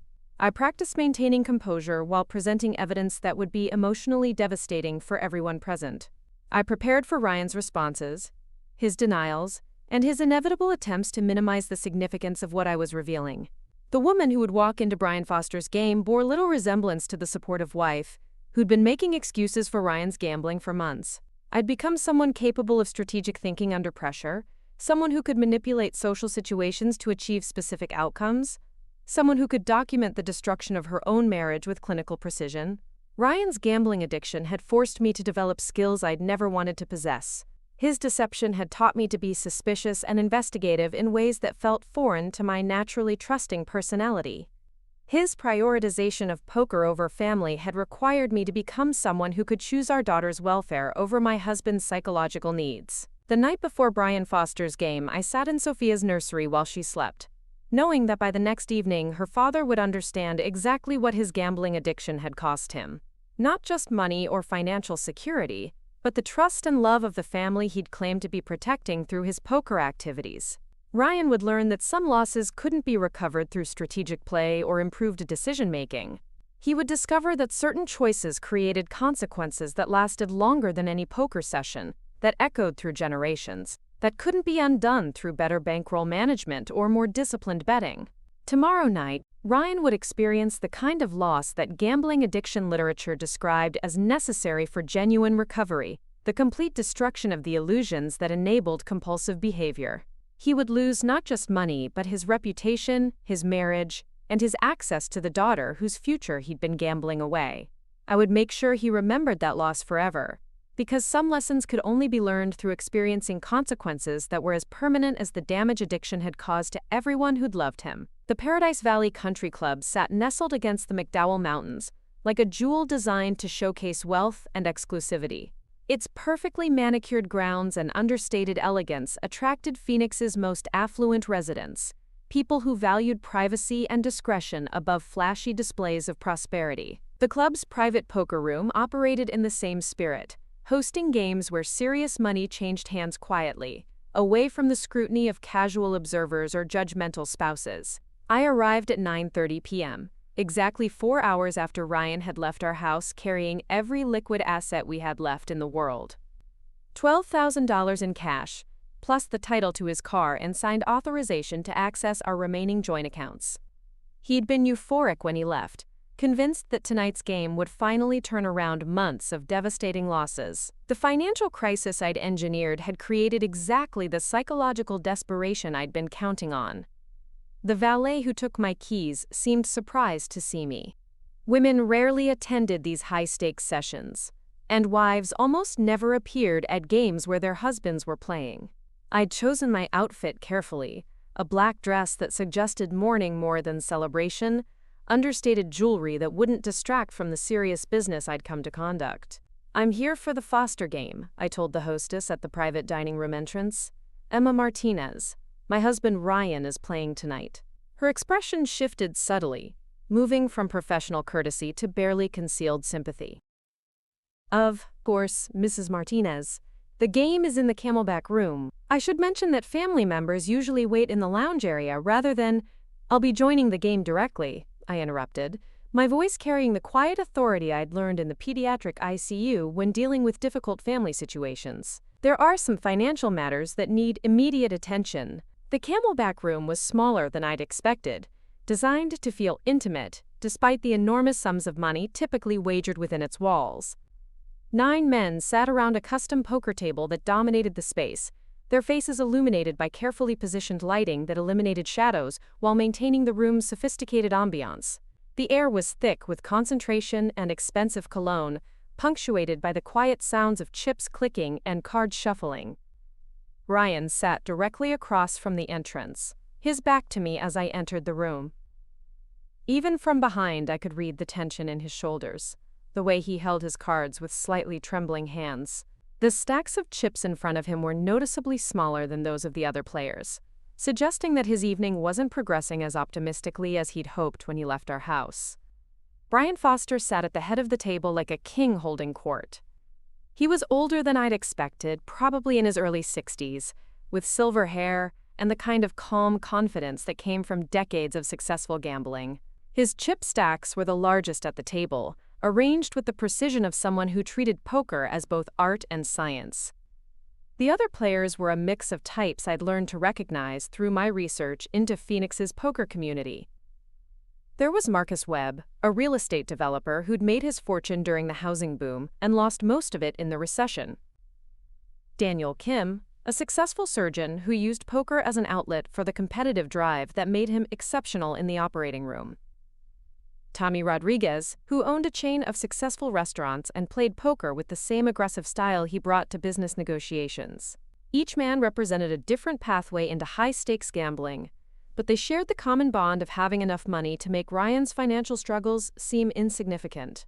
To them, losing $12,000 would be disappointing but not devastating. For our family, it represented everything we had left in the world. "Gentlemen," I announced, my voice cutting through the quiet concentration that had settled over the table, "I apologize for interrupting your game." 9 heads turned toward me simultaneously, expressions ranging from curiosity to annoyance at having their focus disrupted. Ryan's face went completely white when he saw me, his cards falling from suddenly nerveless fingers onto the felt surface of the table. "Emma?" His voice cracked slightly, carrying a note of panic that suggested he understood this wasn't a casual visit. "What are you doing here?" "I came to watch my husband make the most important decision of his life," I replied, moving closer to the table with measured steps that seemed to echo in the suddenly silent room. "I thought it was important to have witnesses for what happens next." Brian Foster leaned back in his chair, studying me with the calculating gaze of someone who'd spent decades reading people in high-pressure situations. "Mrs. Martinez, I presume? Ryan's told us quite a bit about you. Perhaps you'd be more comfortable waiting in the lounge while we finish this hand?" "Actually, I'd prefer to stay here. You see, I have some information about my husband's financial situation that I think everyone at this table should hear before the betting continues." The temperature in the room seemed to drop several degrees as the implications of my statement settled over the assembled players. These were sophisticated men who understood that poker games involving married players sometimes ended with uncomfortable revelations about household finances. But something in my tone suggested this would be more serious than a typical domestic dispute about gambling expenses. Ryan was rising from his chair, his face cycling through expressions of confusion, anger, and growing dread. "Emma, this isn't the time or place for this conversation. Let's go home and sit down, Ryan." The command came out with the same authority I used when dealing with uncooperative parents in the pediatric ward. "You wanted to play poker with our family's future as stakes. Now you're going to see exactly what you've been gambling with." I reached into my purse and withdrew the manila folder I'd prepared with the same meticulous care I brought to organizing patient charts. The documents inside represented months of investigation and documentation, organized to tell the story of Ryan's gambling addiction with devastating clarity. "Gentlemen, I want to share some information about the player you've been gambling with tonight. Information that I think might change your perspective on the stakes involved in this game." Brian Foster's expression had shifted from mild curiosity to sharp attention. As the host of the game and the most experienced player at the table, he understood that whatever was about to unfold could have serious implications for everyone present. "Mrs. Martinez, perhaps this is something that should be discussed privately." "No," I interrupted, spreading the first set of documents across the poker table where everyone could see them. "Privacy is what enabled this situation to develop. Ryan has been keeping secrets from me for 18 months, and I think it's time for complete transparency." The first documents were printouts of Ryan's hidden credit card statements, the ones I discovered in his office filing cabinet. I arranged them in chronological order, creating a timeline that showed the progression of his gambling debt from manageable amounts to catastrophic totals. "These are credit cards that my husband opened without my knowledge," I explained, my voice carrying the professional calm I'd developed for delivering bad news to families. "Accounts he's been using to fund his poker activities while telling me that his gambling was breaking even." Marcus Webb leaned forward to examine the statements, his business background making him immediately grasp the significance of what he was seeing. "Jesus, Ryan. $37,000 in credit card debt? That's just what he's accumulated in the past 6 months, I continued, pulling out additional documents. These are records from his gambling activities over the past 18 months. Ryan has been keeping detailed spreadsheets of every game, every loss, every dollar he's taken from our family's savings to fund his poker education. The spreadsheets I displayed showed Ryan's own meticulous documentation of his gambling losses, figures that totaled nearly $74,000. The numbers were undeniable, recorded in Ryan's own handwriting and organized with the precision of someone who understood exactly how much he was losing but couldn't stop himself from continuing to play. $74,000, I announced, letting the figure hang in the air like an accusation. That's how much my husband has lost playing poker, while our daughter's college fund disappeared and our mortgage payments fell behind.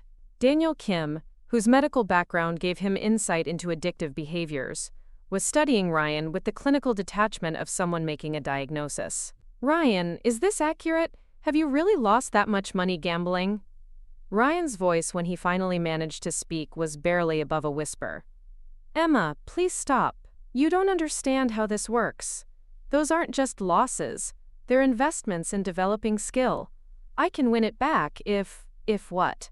I interrupted, pulling out another set of documents. "If you gamble away our daughter's education, if you lose our house, if you destroy what's left of our family's financial security." The next documents I spread across the table were bank statements, showing the systematic depletion of our savings accounts, retirement funds, and Sophia's college fund. Each withdrawal was highlighted in red, creating a visual representation of how Ryan's gambling had cannibalized every aspect of our financial life. "This is our daughter's college fund," I said, pointing to a statement that showed the account balance dropping from $8,000 to zero over the course of 3 transactions. $8,000 that was supposed to ensure Sophia could attend university someday. Ryan liquidated it yesterday to fund tonight's game. The silence that followed was deafening. These men were fathers themselves, successful professionals who understood the importance of providing for their children's futures. The idea that someone would gamble away his daughter's education money was beyond their comprehension. Tommy Rodriguez pushed back from the table, his expression shifting from interest to disgust. "Ryan, you took your kid's college money to play poker?" "It's not permanent," Ryan said desperately, his voice rising with the panic of someone watching his carefully constructed world collapse in real time. "I have a system, a strategy that works. I just need one good session to win back everything I've lost." "One good session?" I laughed, but there was no humor in the sound. "Ryan, you've been chasing losses for 18 months. You've borrowed money from your colleagues, hidden debt from your wife, and stolen from your own daughter's future. When exactly did you think this magical winning session was going to happen?"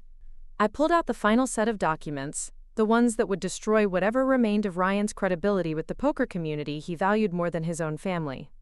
These were printouts from the online gambling forums, where Ryan had been seeking advice on hiding his addiction from me. These are discussions from gambling addiction forums, where my husband has been participating for the past 6 months, I announced, reading directly from Ryan's own posts. Quote, "My wife doesn't understand that poker is an investment in our future. How do I convince her to stop questioning my bankroll management decisions?" Brian Foster was reading over my shoulder, his expression growing darker as he processed Ryan's written words. "Ryan, you told us your wife was supportive of your poker activities. Here's another post," I continued relentlessly. "Family obligations are interfering with my ability to play optimally. How do other married players handle wives who don't understand the importance of maintaining consistent playing schedules?" Daniel Kim stood up abruptly, his medical training giving him immediate insight into what he was witnessing. "Ryan, this is textbook gambling addiction. You need professional help, not another poker session." "And my personal favorite," I said, reading from the final printout. "Missed my daughter's first birthday party for a great game opportunity. Wife is being unreasonable about the timing. How do I make her understand that sometimes you have to prioritize long-term earning potential over short-term family obligations?" The reaction around the table was immediate and unified. These men might be serious gamblers, but they were also fathers who understood that missing a child's first birthday for a poker game crossed a line that separated recreational gambling from destructive addiction. Marcus Webb was shaking his head in obvious disgust. "Ryan, what the hell is wrong with you? You missed your baby's first birthday to play cards?" "That's not how it happened," Ryan protested, but his voice lacked conviction. "Emma, you're taking things out of context. These forum discussions were hypothetical situations, not..." "Hypothetical?" I interrupted, pulling out my phone and opening the photo gallery I'd prepared for this moment. Here are pictures from Sophia's birthday party. 23 guests, beautiful decorations, a perfect day celebrating our daughter's first year of life. Notice anyone missing from these photos? I passed the phone around the table, letting each man see the images of Sophia's birthday celebration while noting the conspicuous absence of her father. The photographs told the story more powerfully than any words could, showing a family milestone that should have included both parents, but instead documented a father who'd chosen gambling over his daughter's most important day. "Jesus Christ, Ryan," Tommy Rodriguez muttered, staring at a picture of Sophia trying to blow out her birthday candle while surrounded by family members who weren't her father. "This is your kid's first birthday, and you weren't even there?" "I had an opportunity," Ryan said weakly, but even he seemed to realize how pathetic the justification sounded. "Brian's games don't come around often, and I thought—" "You thought poker was more important than your daughter's birthday," Brian Foster finished, his voice carrying a note of finality that suggested this revelation had fundamentally changed his opinion of Ryan. "Mrs. Martinez, I want you to know that if I'd understood the source of Ryan's gambling funds, I would never have allowed him to participate in these games." The admission from Brian Foster was more devastating than any accusation I could have made. As the most respected figure in Phoenix's poker community, his disapproval would spread quickly through the entire network of players that Ryan had been trying to impress. "There's more," I continued, determined to complete the destruction of every excuse Ryan had used to justify his gambling addiction. "These are records of money Ryan has borrowed from colleagues and family members without my knowledge, all of it supposedly for family emergencies that never existed." The loan documentation showed a pattern of manipulation that extended far beyond our immediate family. Ryan had been systematically deceiving everyone who cared about him, creating fake emergencies and financial crises to justify borrowing money that he immediately gambled away. $500 borrowed from his brother-in-law for unexpected medical expenses, I read from the list. $3,000 from his supervisor for a family emergency that required immediate cash. $1,500 from our neighbor for temporary car repairs that never happened. Each revelation hit the room like a physical blow, adding another layer to the picture of someone whose addiction had consumed every honest relationship in his life. These men might tolerate financial risk-taking and aggressive gambling, but they couldn't respect someone who funded his poker activities by lying to people who trusted him. Daniel Kim was studying Ryan like a medical specimen, his professional interest in psychological disorders making him fascinated by the level of self-deception he was witnessing. "Ryan, do you understand that you've been exhibiting every classic symptom of pathological gambling? The secrecy, the debt accumulation, the relationship destruction. This is a clinical addiction that requires professional treatment." "I don't have a gambling problem," Ryan said, but his voice carried no conviction. "I have a temporary cash flow problem that can be solved with one good session. Emma, if you would just let me finish this game, I can win back enough to—" "To what?" I demanded, my composure finally cracking as months of suppressed anger broke through my carefully maintained professional calm. "To lose our house? To bankrupt our daughter's future? To destroy what's left of our marriage?" I reached into my purse and withdrew the final documents, the ones that would end our marriage and protect Sophia from any future gambling-related financial destruction. The divorce papers were signed and notarized, ready for immediate filing with Maricopa County. "This is a petition for divorce citing irreconcilable differences and financial irresponsibility," I announced, placing the legal documents on the poker table, where they seemed to absorb all the light in the room.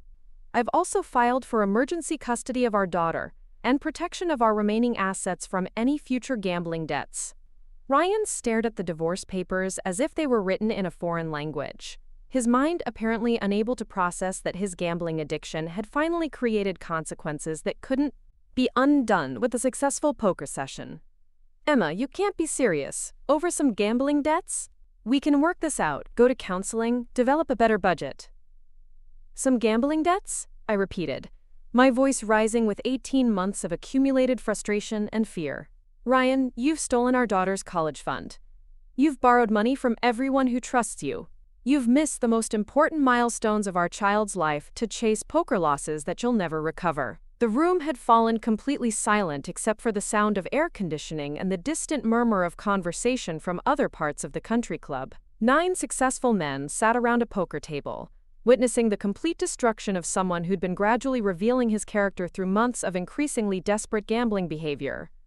The custody agreement includes provisions for supervised visitation, I continued, my voice returning to the clinical calm I'd maintained throughout most of this confrontation.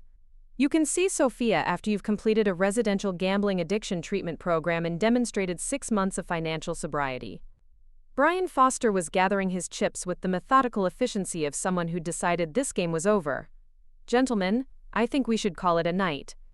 Mrs. Martinez, I want you to know that Ryan is no longer welcome at any game I host. This level of deception and family destruction is unacceptable in our community. The condemnation from Brian Foster was the final nail in the coffin of Ryan's poker aspirations. Being banned from Foster's games would effectively end his participation in high-stakes gambling throughout Phoenix, as Brian's reputation gave him enormous influence over who was accepted into the exclusive poker community. Marcus Webb was standing up, his business instincts making him want to distance himself from the toxic situation that had just exploded around him. Ryan, I've got to ask, how much of the money you've been playing with tonight belongs to your family's emergency fund? All of it, I answered, before Ryan could construct another lie. The $12,000 he brought tonight represents everything we have left in the world. Our savings, our emergency fund, even the rent money for next month. He was planning to risk our daughter's housing security on tonight's poker game. Daniel Kim was shaking his head in obvious disgust, his medical background giving him clear insight into the psychology of addiction but no tolerance for someone who would endanger a child's welfare to feed his compulsions. Ryan, this isn't gambling anymore, this is child endangerment. You're risking your daughter's basic needs to fund a psychological addiction. The other players were gathering their chips and preparing to leave, clearly uncomfortable with being witnesses to such a devastating family confrontation. They'd come expecting a night of competitive poker among successful professionals, not a front-row seat to the destruction of someone's marriage and family life.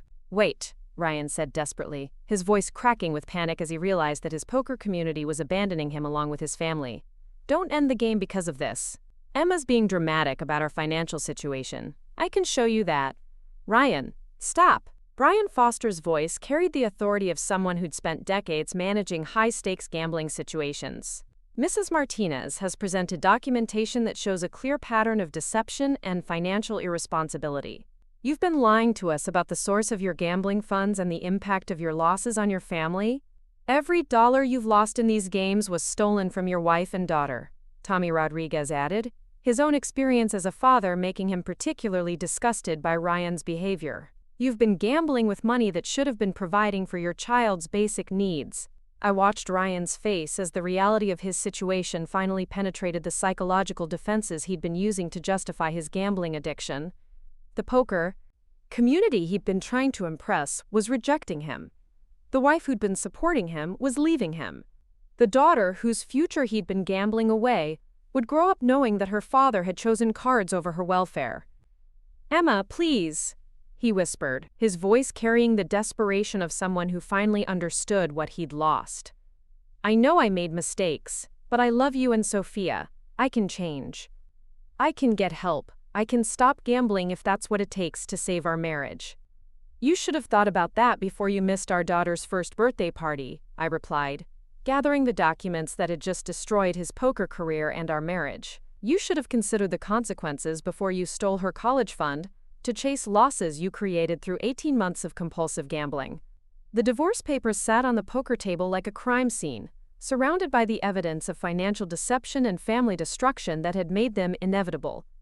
Ryan stared at the legal documents as if he could make them disappear through sheer force of will.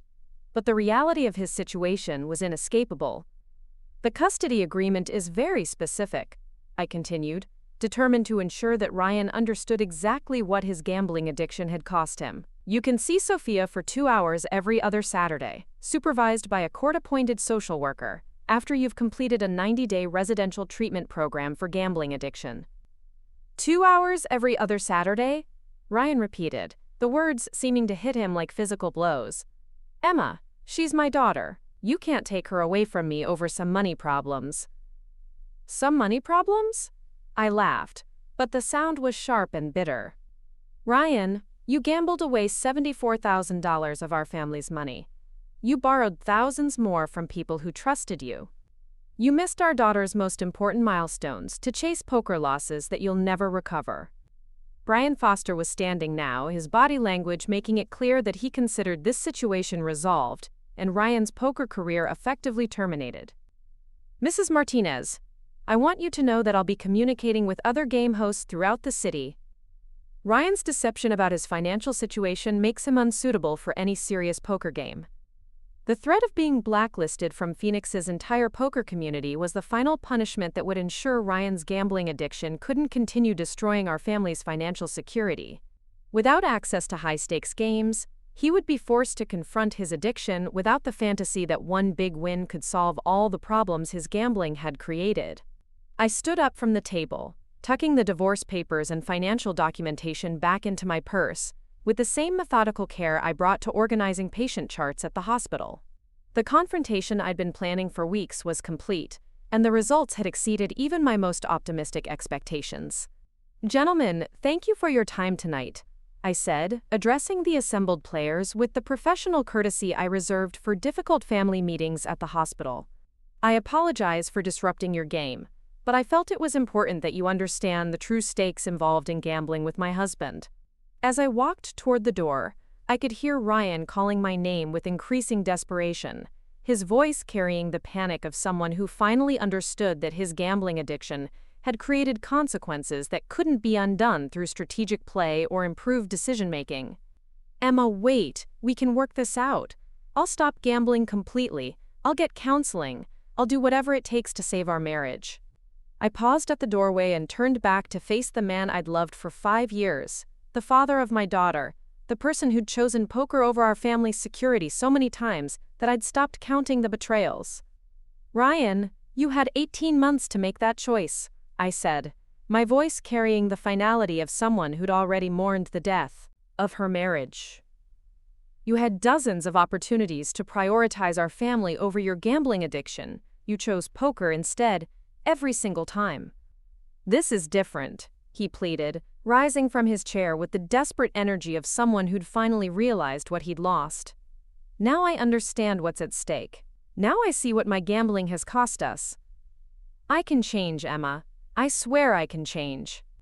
You're right, I agreed, my voice softening slightly as I prepared to deliver the final lesson that would ensure Ryan never forgot what his gambling addiction had destroyed. This is different. This time, you're going to experience the kind of loss that can't be recovered in the next poker game. What do you mean? You're going to lose your daughter's childhood, Ryan. You're going to miss her second birthday, her first steps, her first words, her first day of school.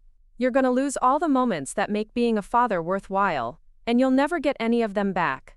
The color drained from Ryan's face as the implications of what I was saying finally registered.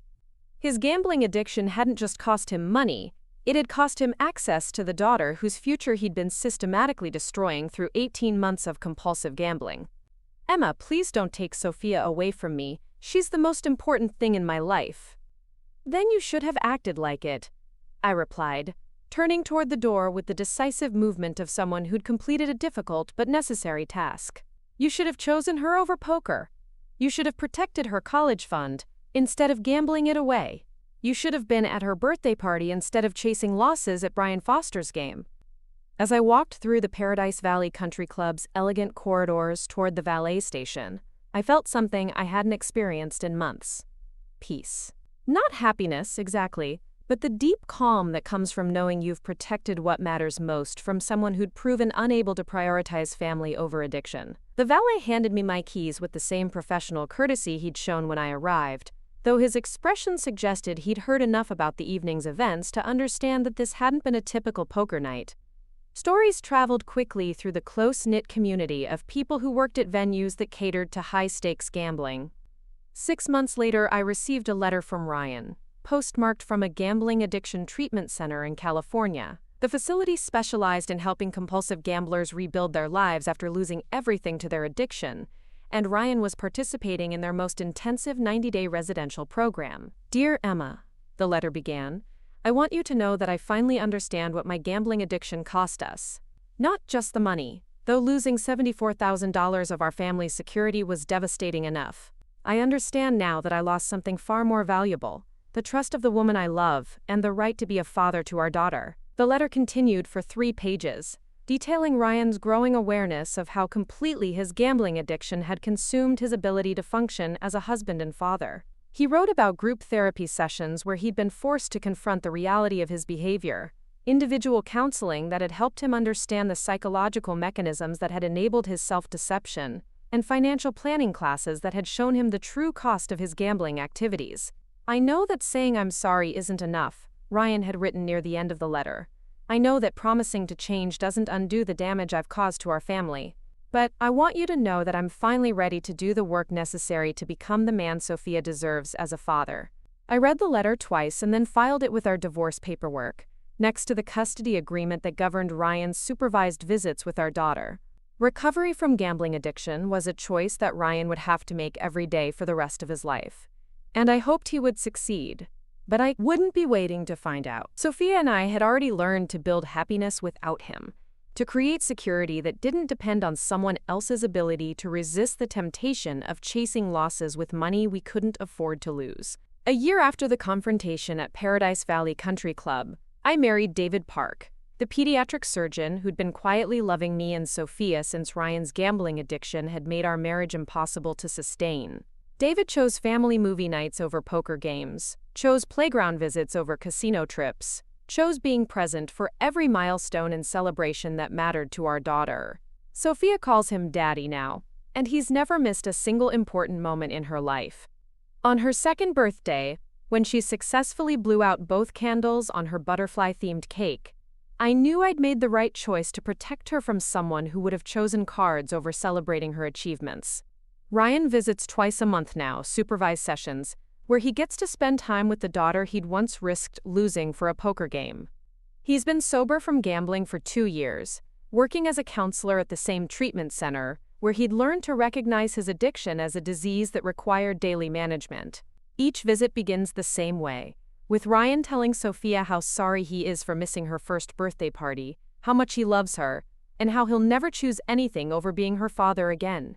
She listens with the patient attention of a child who's learned that adults sometimes need to say important things, even when they don't entirely make sense. But she comes home to David and me, to a house where poker chips don't exist, and birthday parties are sacred celebrations that nothing is allowed to interrupt. She's growing up knowing that the people who love her will show up for her, that promises made to children are promises that get kept, that family comes first even when there are other appealing options. Sometimes I wonder if Ryan truly understands what he lost that night at Paradise Valley Country Club. Not just our marriage or our financial security, but the chance to be the father Sophia's developing mind would have remembered. The chance to be the man she would have told her own children about someday. The one who taught her what love looks like in action. Instead, she'll remember David's gentle hands teaching her to ride a bicycle, his patient voice reading bedtime stories, his proud smile at every school play and soccer game and birthday celebration. She'll remember what it feels like to have a father who chooses her over everything else, every single time. That's the lesson I wanted Ryan to learn forever, that some losses can't be won back in the next game, that some choices echo through generations, that the people who love us deserve better than whatever we're willing to risk for the thrill of potentially winning something that was never more valuable than what we already had. The night I destroyed Ryan's poker career and ended our marriage, I gave him a gift that his gambling addiction had made impossible for him to give himself. I forced him to experience consequences that were permanent, irreversible, and directly proportional to the damage his compulsive gambling had inflicted on everyone who'd loved him. Some people can only learn through losing everything that matters to them. Ryan's gambling addiction had made him one of those people, and I'd made sure his education was complete, comprehensive, and unforgettable. 2 years later, when Sophia took her first steps into David's waiting arms while Ryan watched through the window during one of his supervised visits, I knew that my intervention had achieved exactly what I'd intended. Ryan would remember that loss forever, because some lessons can only be learned by experiencing consequences that last longer than any poker game. Up next, you've got 2 more standout stories right on your screen. If this one hit the mark, you won't want to pass these up. Just click and check them out.